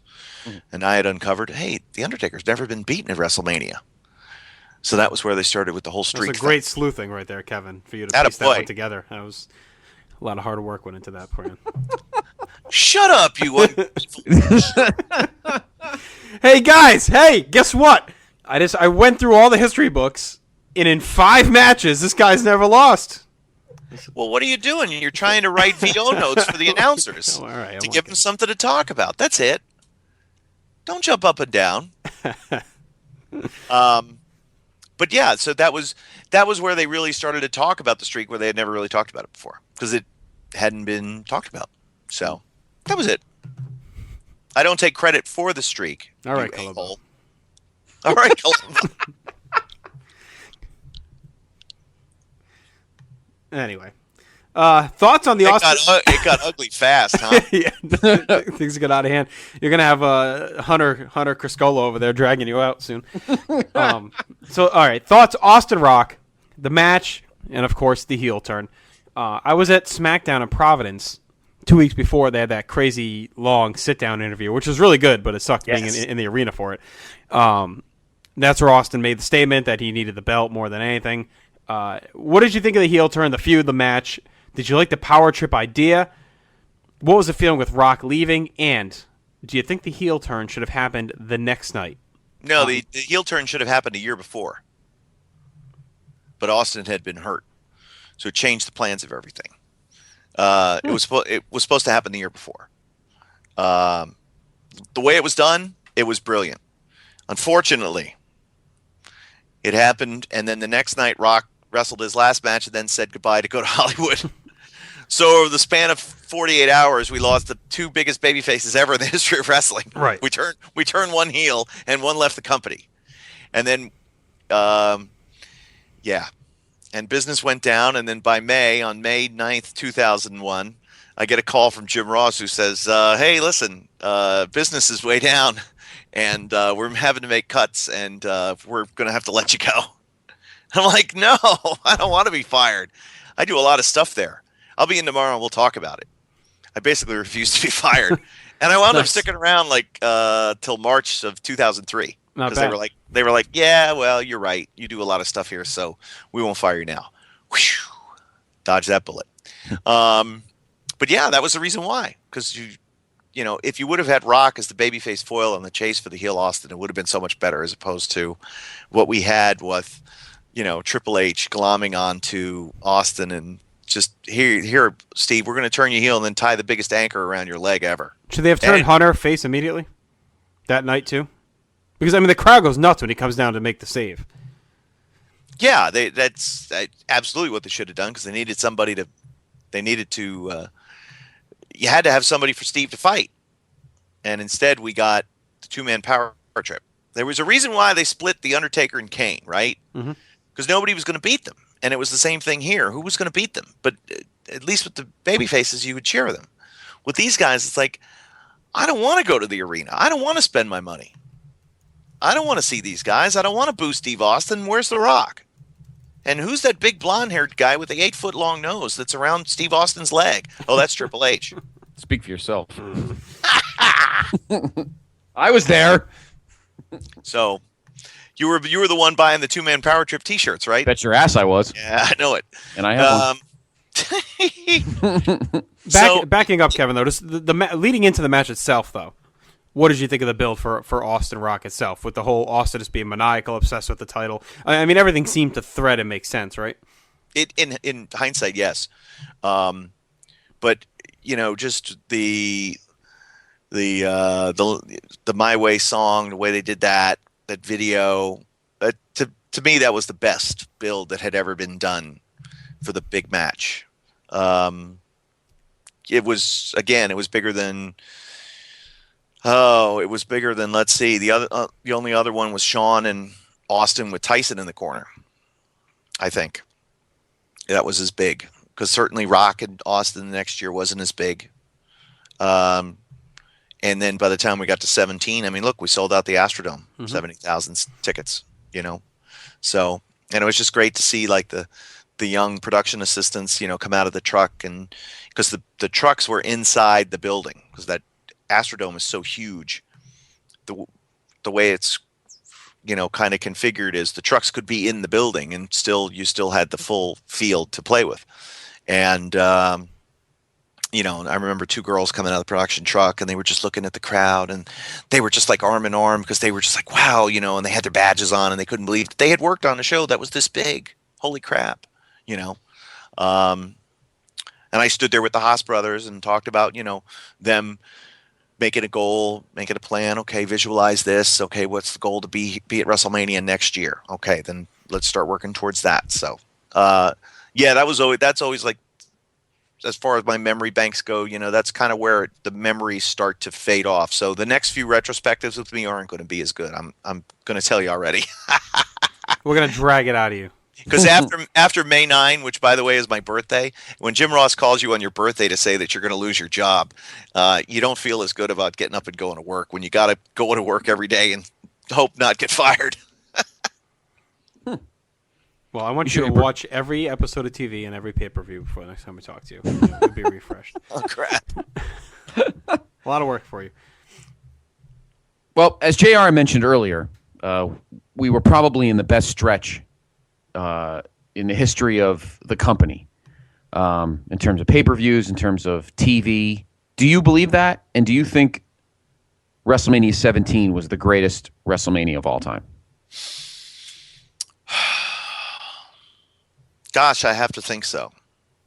The best one of my tenure there. We never had The Rock and Austin at their peak again. So, yeah, that was the biggest one. You got, The Undertaker, you got Triple H coming out to Motorhead. You got all the new guys. You got the TLC match. You got all the new guys that were really making their debut for the first time at WrestleMania. And the undercard was a little bit clunky. There was some, because again, there were some parts that didn't quite all fit together. Like Raven. Was it Raven Test Rhino? No, it was Raven, Kane, Raven, and Big Kane, Show. Big Show. That was the good one. That was when Raven, Kane, Big Show. That was good. Test and Eddie. Test and Eddie was good. That's right. No, wait, wasn't that a three-way? No. No. What were they fighting for? European title. That's right. And then you had Jericho Regal for the IC. And the right you to censor had- pretty much got squashed that night. Yeah, and you had Benoit Angle, Yep. which was great. Wasn't there... Now, what was Rhino's deal on that show? He just was involved in the TLC. Yeah. Everybody had a second that night. The Dudleys had Spike. Edge and Christian had Rhino, and the Hardys had Lita. That's right. I always liked the fact it's how the WWF, when I was there, they all went out of their way to make sure that everybody hold on. The hell was that? Did you hear that? Nope. What, did the cat bite something else now? No. I think he's dead. It was it was just some video that came up here on because I've been having computer issues. Anyway, always liked how WWF tried to make sure that everybody got on the show for a payday. Do you think this was the most loaded, star-powered roster in company or even wrestling history? This stretch from like January till Mania. Yeah, I mean, really was. Everyone was there and healthy for it's a brief moment in time, but we'll even call it December, from like December to Mania. Just all the main event players are there and healthy. It's an enormous time, and one that was never, you might have big stadium shows back in the day, where you could bring in different champions from different territories, I remember there was a show, Battle of the Belts, in Florida in the stadium, and it was like superstar Billy Graham was WWF champion back in the day, and the NWA champion, Harley Race, et cetera, et cetera. Those are, you had events like that, but this was everybody under one roof, and you had the WCW guys, Lance Storm, et cetera, sitting in the stands watching, and they were on deck next. Unfortunately, that wasn't exactly Murderer's Row, because if I remember correctly, like Sean Stasiak was in that group, right? Yep. Yeah. You think it's weird they had him way up in the skybox, like in the middle of nowhere? It's very awkward. It was, well, it was not again, when you're in a football stadium that wasn't exactly made with the current model of luxury seats in mind, those club level seats are way far away. So it wasn't necessarily TV friendly, but it was the best spot to put them in so that they look like stars. You didn't want them sitting amongst the rabble, You should have had him on the Mean Street Posse's couch at ringside. That's right. That would have been good. All right, so you mentioned before how the ratings started to sink a little bit. Why was the decision to go back to Taker and Kane on top? I remember there was a lot of hand-wringing on the internet at the time that they weren't going to Jericho and Benoit or anyone fresh, that we were going all the way back to Taker and Kane again to feud with Triple H and Austin. Isn't that always the biggest thing? Mm-hmm. Isn't that the issue that we've talked about, more than once here on this show, is that there was a hesitancy to give those guys the ball, to let them run with the ball. But you hired them, Vince. You bought them. Why wouldn't you allow them to come in and do what they want to do? I don't know.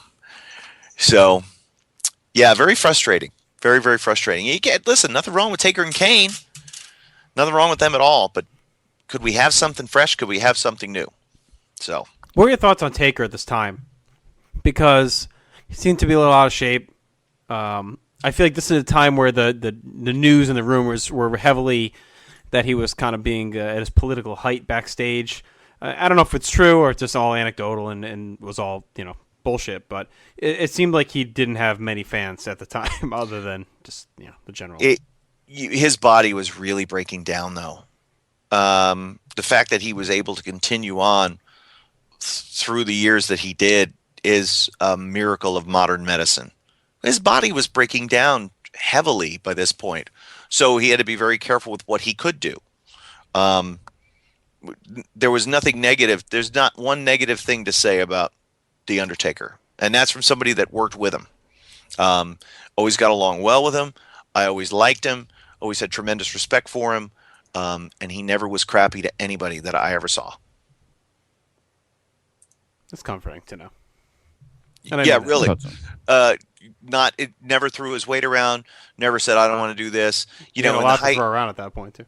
Well, he was trying to do different things to change his body, and if you can't lift and you can't work out because your hips and your nerves are so shot that you can't do it, it's very it's difficult.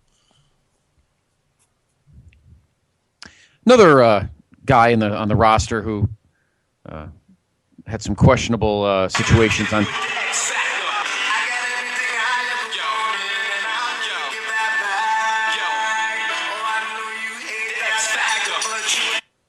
Hello? That's we have a streak going now. It's consecutive podcasts where the X Factor theme is played. Oh. What were your thoughts on X Factor as a group and X-Pac's status in the company? Is there any truth to speaking of political machinations, that he didn't mind losing on pay-per-view as long as he won on Raw because there were more people watching Raw?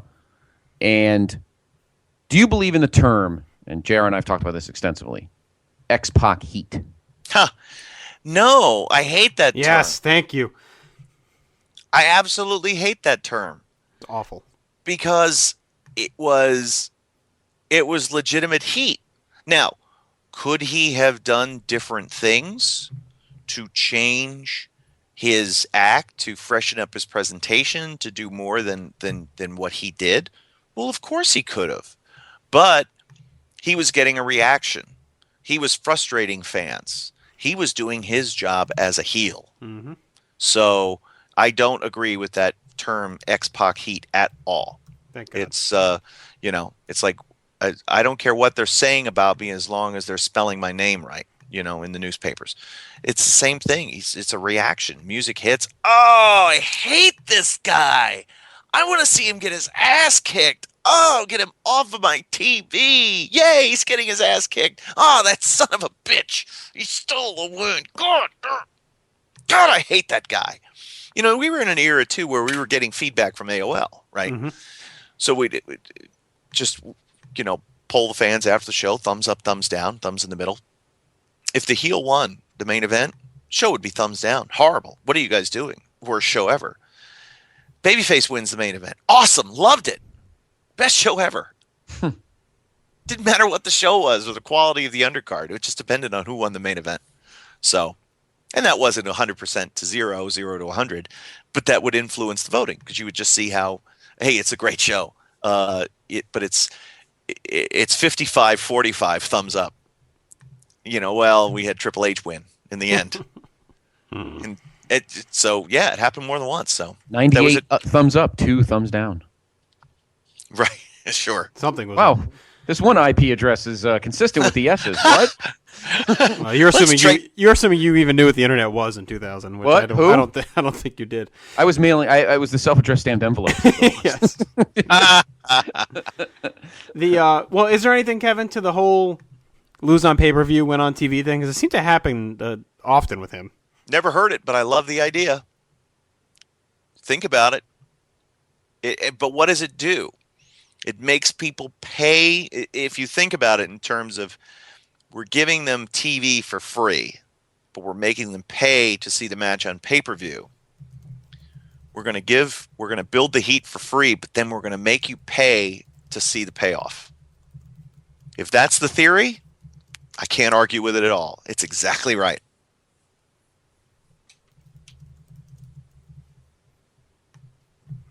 Discuss Eddie Guerrero this time. He never really seemed to break through the way everyone hoped, and then in May left for rehab. Was he falling apart backstage? Were you disappointed in his run at that time when it left? Because it looked like he was going to be a star when he came in, and then just kind of quickly ended up not doing much at all. Yeah, it was frustrating, of course, and I'd seen a couple of episodes away from the arena, just some things where it's like back at the hotel, and you probably want to get him back to his room. Not good. And when you hire guys, and I think it's a different era now, probably wasn't the same level of due diligence done on that type of thing done then, but the industry is a lot different now. So, but Eddie was able to get the help that he needed, and it's great because he at least had a few more years before he died. And I'm one that believes he was probably doing something when he died, just for having a massive heart attack. I don't know whether it was cumulative for all the things that he had done, or he was back doing something, whether or not it was, drugs, or whether it was just steroids. Who knows what? I don't know. But it was just something that always crossed. And again, he's dead. It's not like I'm tainting his memory. It is what it is. So, but you always wanted to see Eddie happy and healthy, and I was glad at least when he came back, I got to see that. What happened to China? Was it just the end of the line for her? Was there a specific incident that finally realized, all right, she's useless now? Or what happened with her at the end? It was it's not like I could even say the wheels fell off.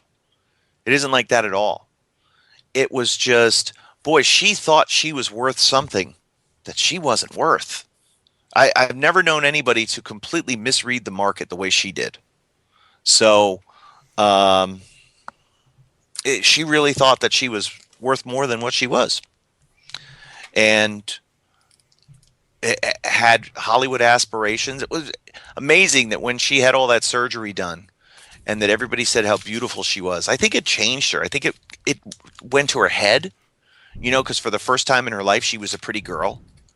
And so, yeah, but again, it was time for her to go. Use of tables. I'm sorry, God. We're gonna say No, something. super nice though. Used to travel with her from time to time. Used to ride with her. Always great.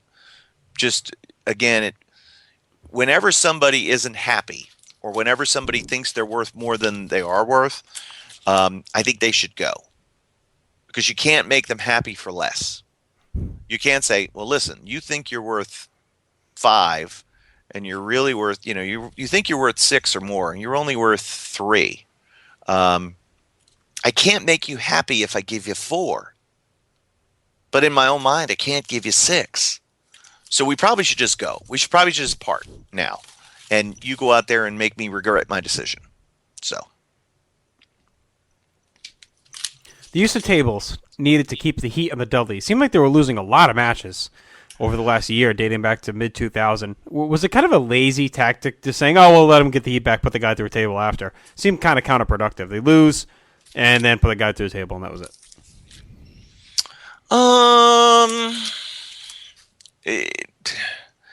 The use of the tables certainly was was it a crutch for the Dudleys? Was it something that made them different than anybody else? Because it wound up becoming their calling card and the only thing that they were known for after a while. But certainly what they did, like, putting Mae Young through the table and Stacy through the table and everything else that they had done, that's memorable. Those are memorable moments. So in Devon, get the tables. People still say that to this day. Mm-hmm. I know Scott says that whenever he goes to the restaurant. Yeah, I think it was a great tool in getting them over, and all that stuff kind of happened, a year and a half earlier. By this point, it felt like it was almost through the motions. Like, all right, we don't even give a shit to see you wrestle. Let's get the fucking table and get out of here. Like that. It almost felt like that way after a while, Which becomes when you do something so much that people, and then it just becomes the thing, right? So anyway, frustrating. Yeah, because again, they were a great team, but you could see how quickly that once we had the brand extension, how quick they were to snatch those guys apart and make them go do something else.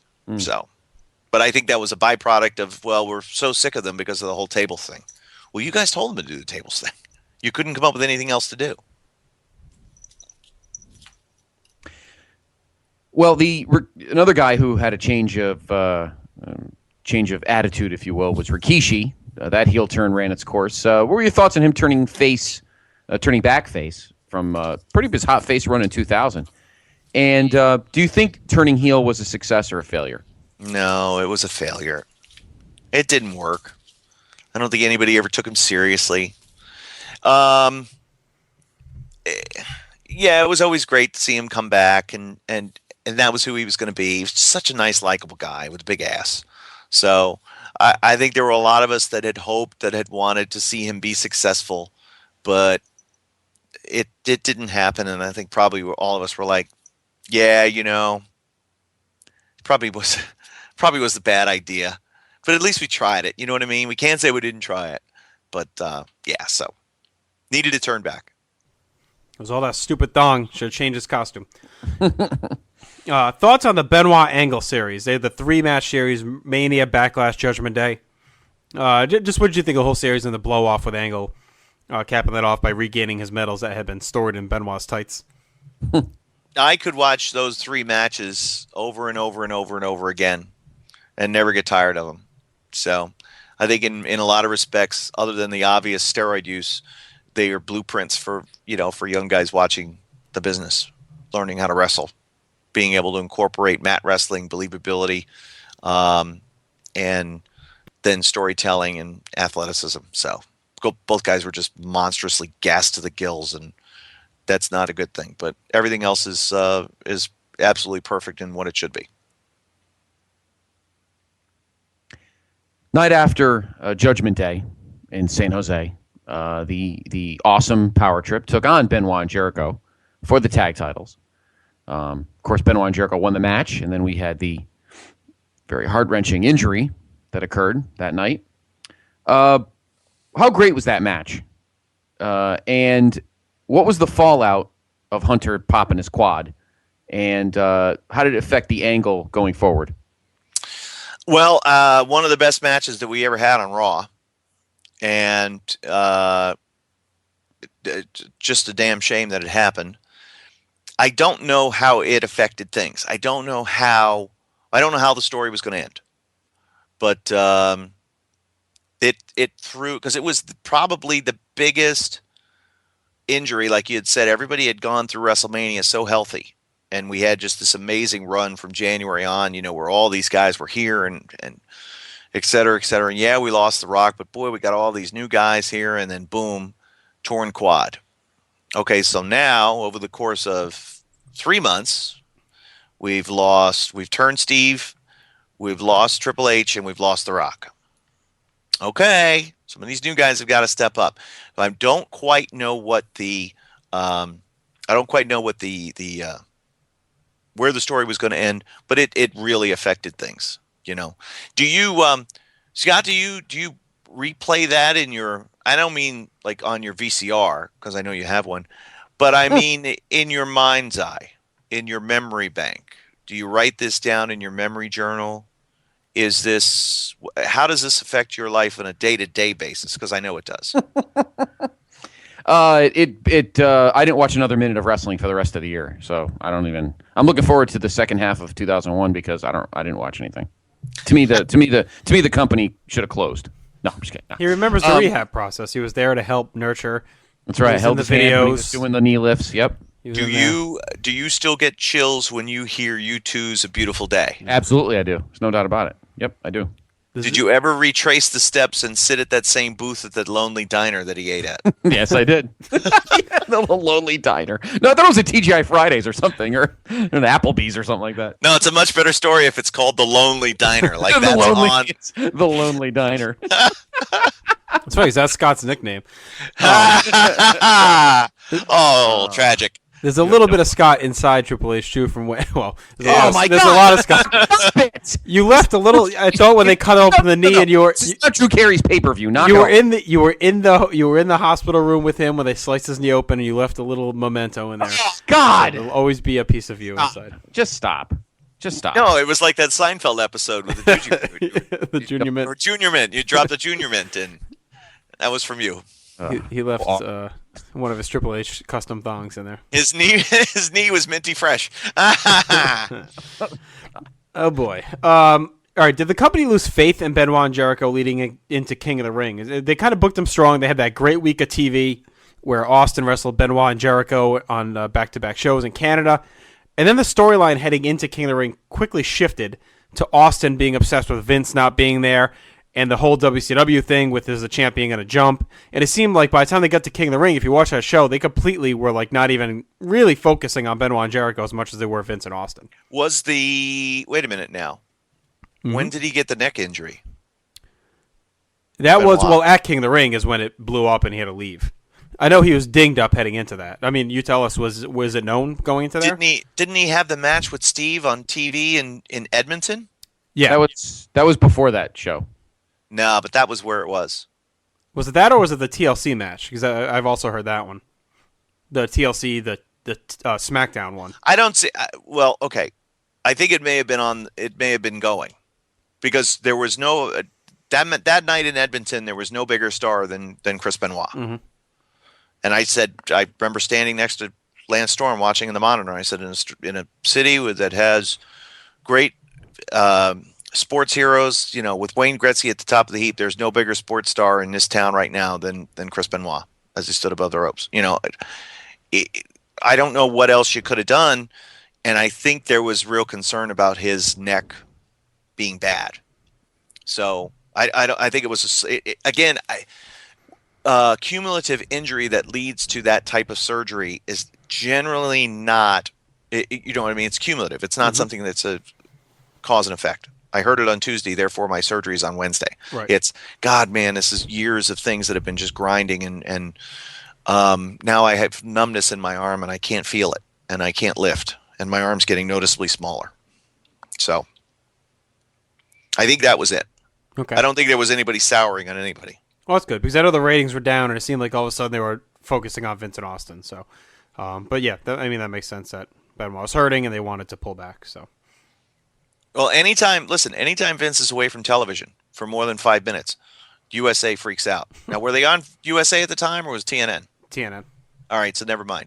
But it used to be that anytime Vince isn't on, the ratings are down, we need Vince. That was always their fallback. So, but that not the case here. Was Edge the right guy to win the King of the Ring tournament? Should they have established him more? Because he kind of went from being in the tag team with Christian to, oh my God, he won the King of the Ring. Should they have kind of established him more as a guy that was about to start a singles career, or was it fine the way they did it? And at this stage, being the 9th, I guess, King of the Ring pay-per-view, had it run its course as a concept? Yeah, I think so. I think that there were more misses than hits at this point with the King of the Ring. But again, Rock leaves, Austin turns, Triple H hurt, Chris Benoit gone. We need somebody to step up. So we better start making somebody new. We better start elevating somebody, and let's do it with Edge. Yeah, he's breaking out. He's coming out of the pack. He's going to be a singles guy. So no problem with that decision at all. Was Shane versus Kurt necessary in this show? It seemed like violence for the sake of violence. The angle scene thrown together at the last minute. You get all the craziness with Shane getting thrown through the glass and everything else, and it just seemed like at a time where everyone was getting hurt, did we really need this manic match? There are times that we thought about, with in the run, that God, we could have killed somebody. Mm-hmm. That's one of them, and that's definitely one of them. Definitely one where it's like, Jesus, what were we thinking? So, yeah, as bad as it got, right there, just oof. I mean, that show as a whole was like, I remember the weeks leading out of it was just everyone got hurt. Like Kurt got hurt pretty bad, I think, in that night. Austin, if you remember, broke his hand and his tailbone, and Booker T threw him through the table. You had Benoit getting hurt. It just seemed like all of a sudden everyone was dinged up coming off of that show. Yeah, that didn't exactly speed the process of elevating Booker T to the top of the card, did it? No, definitely not. What did you think of that? Was that a cool surprise? Cool surprise that you instantly knew was a horrible mistake, and it was like, oh God, he's done. Yeah, he's done. Like when Dr. Death Steve Williams got knocked out in the brawl for all. Right. You just knew it. That's it. He's done. You hurt Steve. Goodbye. bye-bye. So, What was up with the DDP Taker stuff? I mean, it was an awesome reveal on Raw when he was the stalker, and then Taker just squashes the shit out of him at King of the Ring in not even a match, and seemingly just kind of killed him out of the gate. I don't know. Now, in an era that, okay, so you would think, here's a company that now we've lost Rock, we've turned Austin, we've lost Benoit, we've lost Triple H. Don't we need stars? And instead we were using stars to make established stars even bigger, which I didn't understand. I'm the opposite. I'm an elevator goes up guy. So didn't understand it, didn't know what it was. Never will be able to explain it. But cool reveal. Not the right thing for DDP. He's a good guy. We wanted him to be some creepy stalker with Taker's wife. Give me a break. Well, it would have been fine if he, because they ended up saying, I was just doing this to piss you off so I could become famous, which was a fine angle. They weren't really making him to be creepy after. But I think they need to either debut someone else or he had to get the upper hand on Taker here. Like, it just made him look like a fool. How did they not just have the Smells Like Teen Spirit ripoff music, Self High Five, Here He Comes? Right. It's freaking DDP. Yeah. You don't have to think about this too long and hard. So I never understood it. All right.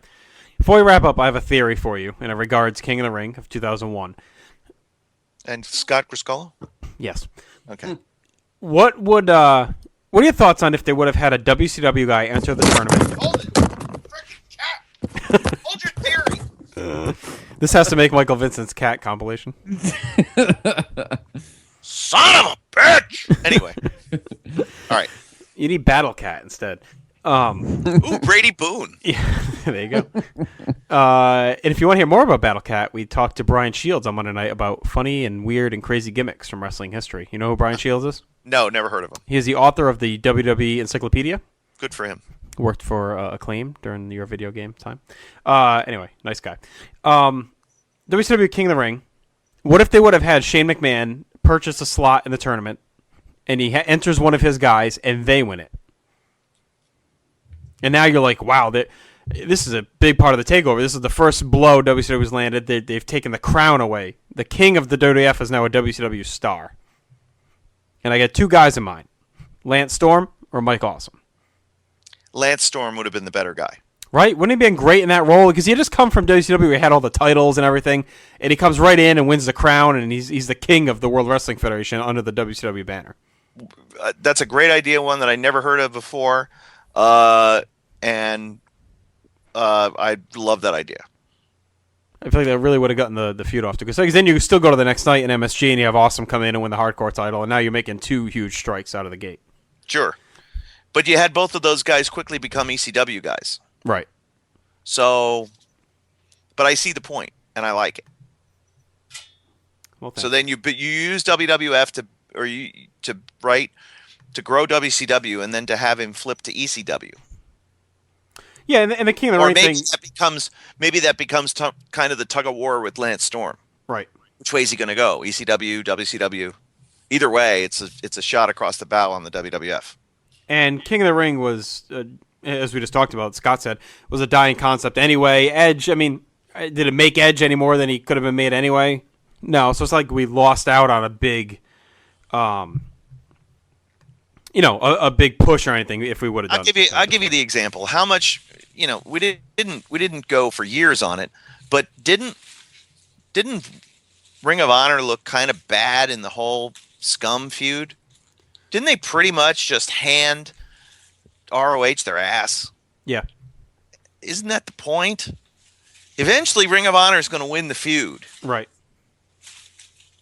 I don't understand. We had to put ourselves in jeopardy to make it look like, to get to Steel Cage Warfare. Otherwise, what's the point? I never understood that philosophy. But the idea that you came up with, I never heard that idea before. There were probably 1,000 other ideas just like that were thrown out at the cumulative force of television writing at that time. So. All right, Scott, anything else on your end before we wrap up? No, I think we've got everything covered. First 6 months of 2001 are in the can. That's a brisk and very informative chat there, Kevin. So we'll go to wrap up, Scott. Of course, we'll be back next week with our big 3rd annual Christmas Spectacular as we wrap up the year here, Place to Be Podcast.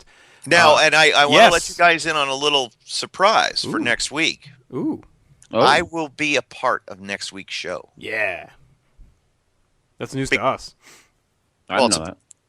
I'm telling you, it's a big surprise. It's a big salad.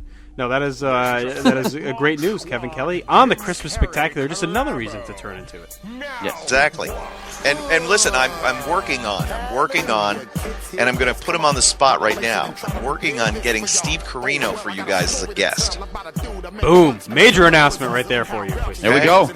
So Carino's going to be on this show at some date and time to be determined. He just doesn't know it yet, but when he does know it, he'll do it. And you think I marked out over CRZ, Christopher Robin Zimmerman? I'm going to be just pooping my pants with Steve Carino on there. Cat's running over his microphone. Yes.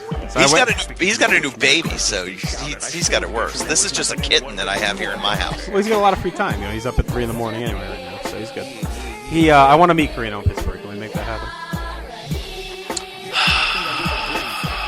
Yes. Awesome. He doesn't get formats, by the way. He shouldn't. He doesn't need it. He's too talented. He can do it on the fly. I am his biggest PR person. All right, let's wrap things up. You can hear Kevin Kelly each and every week. Check your local listings, Ring of Honor Television, the voice of Ring of Honor. And you can catch him here, his full archive at placetobenation.com. Kevin, did you know we had our 1,000th article up today since we started in June? And it involved you. We put up a Best of Kevin Kelly podcast retrospective. It's post number 1,000. I love that, and I do like how one of your readers remarked on the fact that I referred to Ken Shamrock as kind of shady. Yes. It's an all-time Kevin quote there. Just topping the political debate with John Walters, of course. All right. Anyway. So let's wrap things up. Listen to Kevin each and every week, Ring of Honor. He'll be back here, hopefully in January. We'll preview the big Pittsburgh show. We'll have you on, and we'll talk some more about Steve Carino. So until next week, Scott, with the Christmas show, that is Scott. I'm Justin. That's Kevin. We're out of here. Talk to you next week. Have a great weekend, everyone. No snarkiness? You can't end the show without a snarky comment. Yeah. Oh. Want me to fill in some snarky? Yeah, you can do it right now. We're still going. All right. Wait, what? All right. You would never survive on Drew Carey's comedy improv. I got nothing. Oh. No, I wanted to let you in clean. Mr. Grinch scheming, Duke stay conniving. He stay scheming when you thinking he not looking over your shoulder, peeping everything that you got. Busta Rhymes, I will get